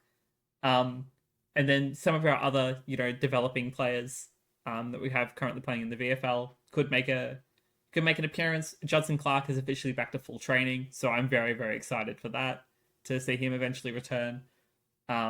So it's interesting to see what kind of lineup we could have against North and how we decide to put a stop to that transition that they've been Yeah. developing off halfback. Um, And also they go clean up centre backs from this week, oh obviously, yeah, because again, absolutely. 3-6 from the Eagles. You do that to North, where again they do like to win from the centre, but don't always score. You give them a few extra, and yeah, it's looking a bit hard. Yeah, absolutely. All right, jumping over to our next game up at the Gabba. It's the Brisbane Lions taking on Melbourne. I might actually be at this game, considering I will be in Brisbane at the time. I'm very 50-50. I don't have a ticket or anything just yet, so I'm still weighing it up. Hmm. But what Do you think Brisbane are how? What am I trying to say? What do you think the margin will be on How this will they one? respond? Yeah, essentially. Should be emphatically. Can't imagine. And You scroll through the games this yeah, week, and Melbourne are at the worst odds in terms of like being favorites yeah, for a match. It's I not a get great you. look. It's not. It's not like any of the games last year were that many were that blowouts. Like they had back to back last year. Brisbane by 5, Brisbane by 22. But Hmm. the one they won by 5, they did get 11-20 to 11-15. I do vaguely remember that being a bit of a That was not the that was an best. extremely inaccurate game from both sides. Yeah, a bit painful that one. But yeah, so I think the interesting thing is how the mid, because again, it's a bit opposite circumstance where you had one midfield that got under the clearance numbers that they normally would get, but still did all right. And then Melbourne obviously getting over, but weren't able to get score involvements, but overall still did all right. So, it's wonder, like, are we actually getting two informed midfields at the moment? That's a bit up in the air, but that's where a bulk of the actual battle will be. Yeah. In terms of where the teams are closest aligned. But yeah, like even Brisbane's defense wasn't woeful against North, and Melbourne have a wet paper noodle for an offense. So You're not wrong. yeah, it's really hard to say that much positive about Melbourne because again, North had obviously missing stuff on ground level, but they actually have threats up forward where Melbourne don't even seem to have that. So I'm imagining, unless Brisbane just turned the ball over at an absurd rate, I can't really see Melbourne getting into this one. But I don't know. I think this game could be ugly. I don't know if it'll be like super blowout ugly, but yeah, you're right. This is like the most chance of one team just smashing the other. And you'd want to hope Brisbane do it too. Like after no, the realistic thing is that players don't like a draw. They want to win and win emphatically. Yeah. Like granted, it's 2 points, but it's not 4 points. It's not a performance, especially considering they're the reigning premiers, that they can really be proud of. And they definitely need to kind of respond in a strong way again this week. And there's a fair chance they will do it, especially at the Gabba against Melbourne. Yeah. Like I think if this was played say. at the MCG or at Marvel, they might not respond. They'll respond, but they might not play as emphatically or put up a rather insane margin as they might at the Gabba. Yeah. Yeah, as I said, it's just one of those things where it's you hope that there's some avenue where Melbourne keep it close, but yeah, A lot of that will really come from Max Gawn if they are to. Yeah, well, Max Gawn's connection to the midfield, yeah, as I said, how dangerous his taps are. You break a bit of space, maybe get Petrarca on, because again, Brisbane can concede a bit going the other way. I don't call themselves a bad defensive shape in the midfield, but they're definitely not as much of a lockdown as some of the really heavier teams are. But Yeah, that's right. Most of the time they haven't need to be fair. So, all right, let's jump over to our last match of the round. Over in the West, at Optus Stadium, it's the West Coast Eagles taking on St Kilda. And I know, it was a spoon bowl last week, but with St Kilda, still having those little bit of inconsistencies here and there, could West Coast take some kind of advantage and improve even more on the game that they played against Richmond?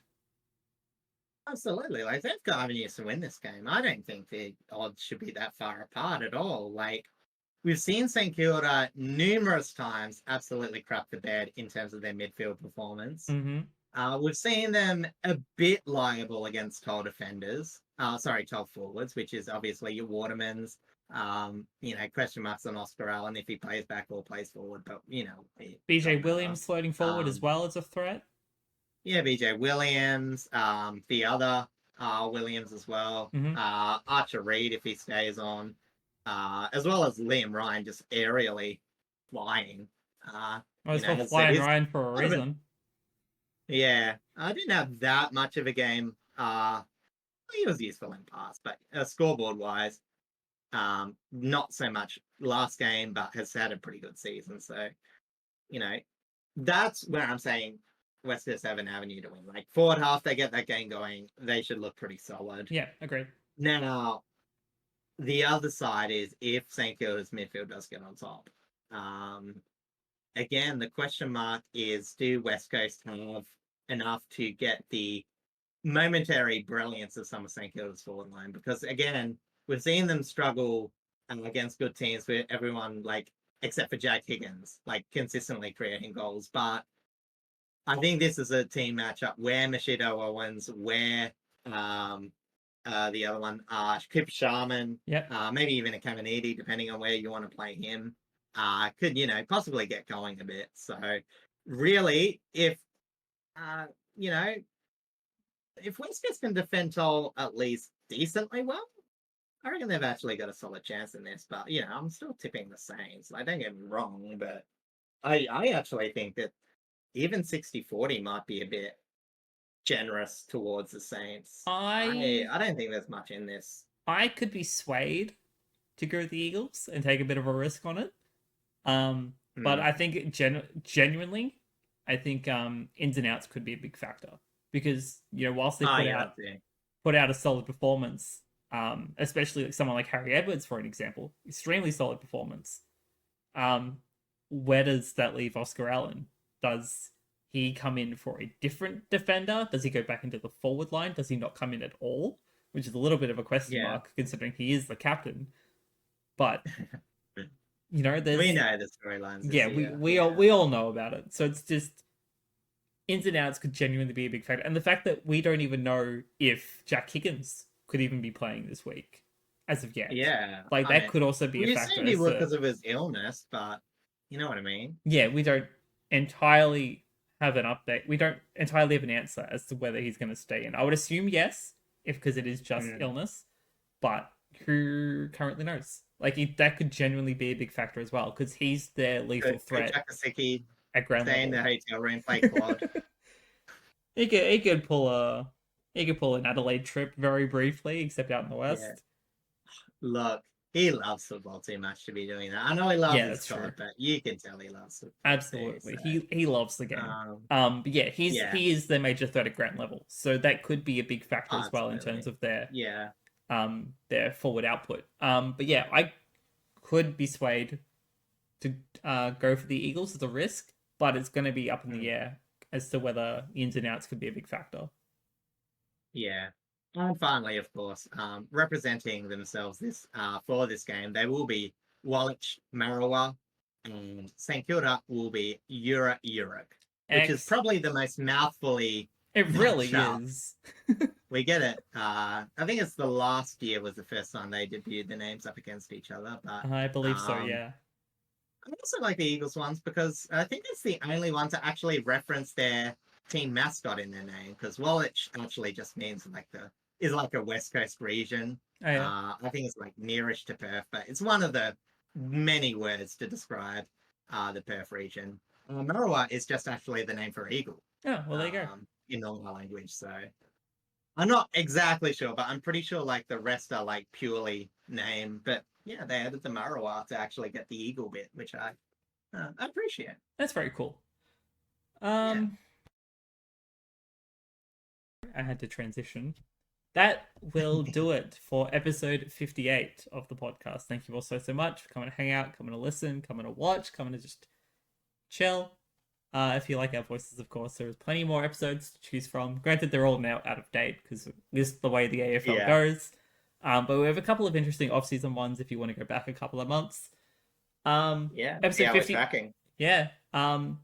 Again, as we're recording this, I go over to Perth tomorrow to see Cyric, which means on the day this releases, I will be in Perth. It's going to be a great time. Next week will still be on schedule because I will be back home in time for recording and then uploading and do all of that sort of stuff as I normally do. So you don't have to worry at all about if the podcast is going to be late or anything like that. We have got you covered. If you want to go check out stuff that I will be up to during the week, please go check out my socials. I will be very active, primarily on my Instagram, as to what I get up to whilst I'm in Perth and in Brisbane. So please go and check that out. Even my brief little trip back home, because I will be home on Friday and then I leave for Brisbane. So there'll be a little bit of a mini trip back home there. But otherwise, yes, thank you all so much, and we will see you all next week for episode 59. So hope you all enjoy the AFL this weekend, and we will see you all then. Goodbye.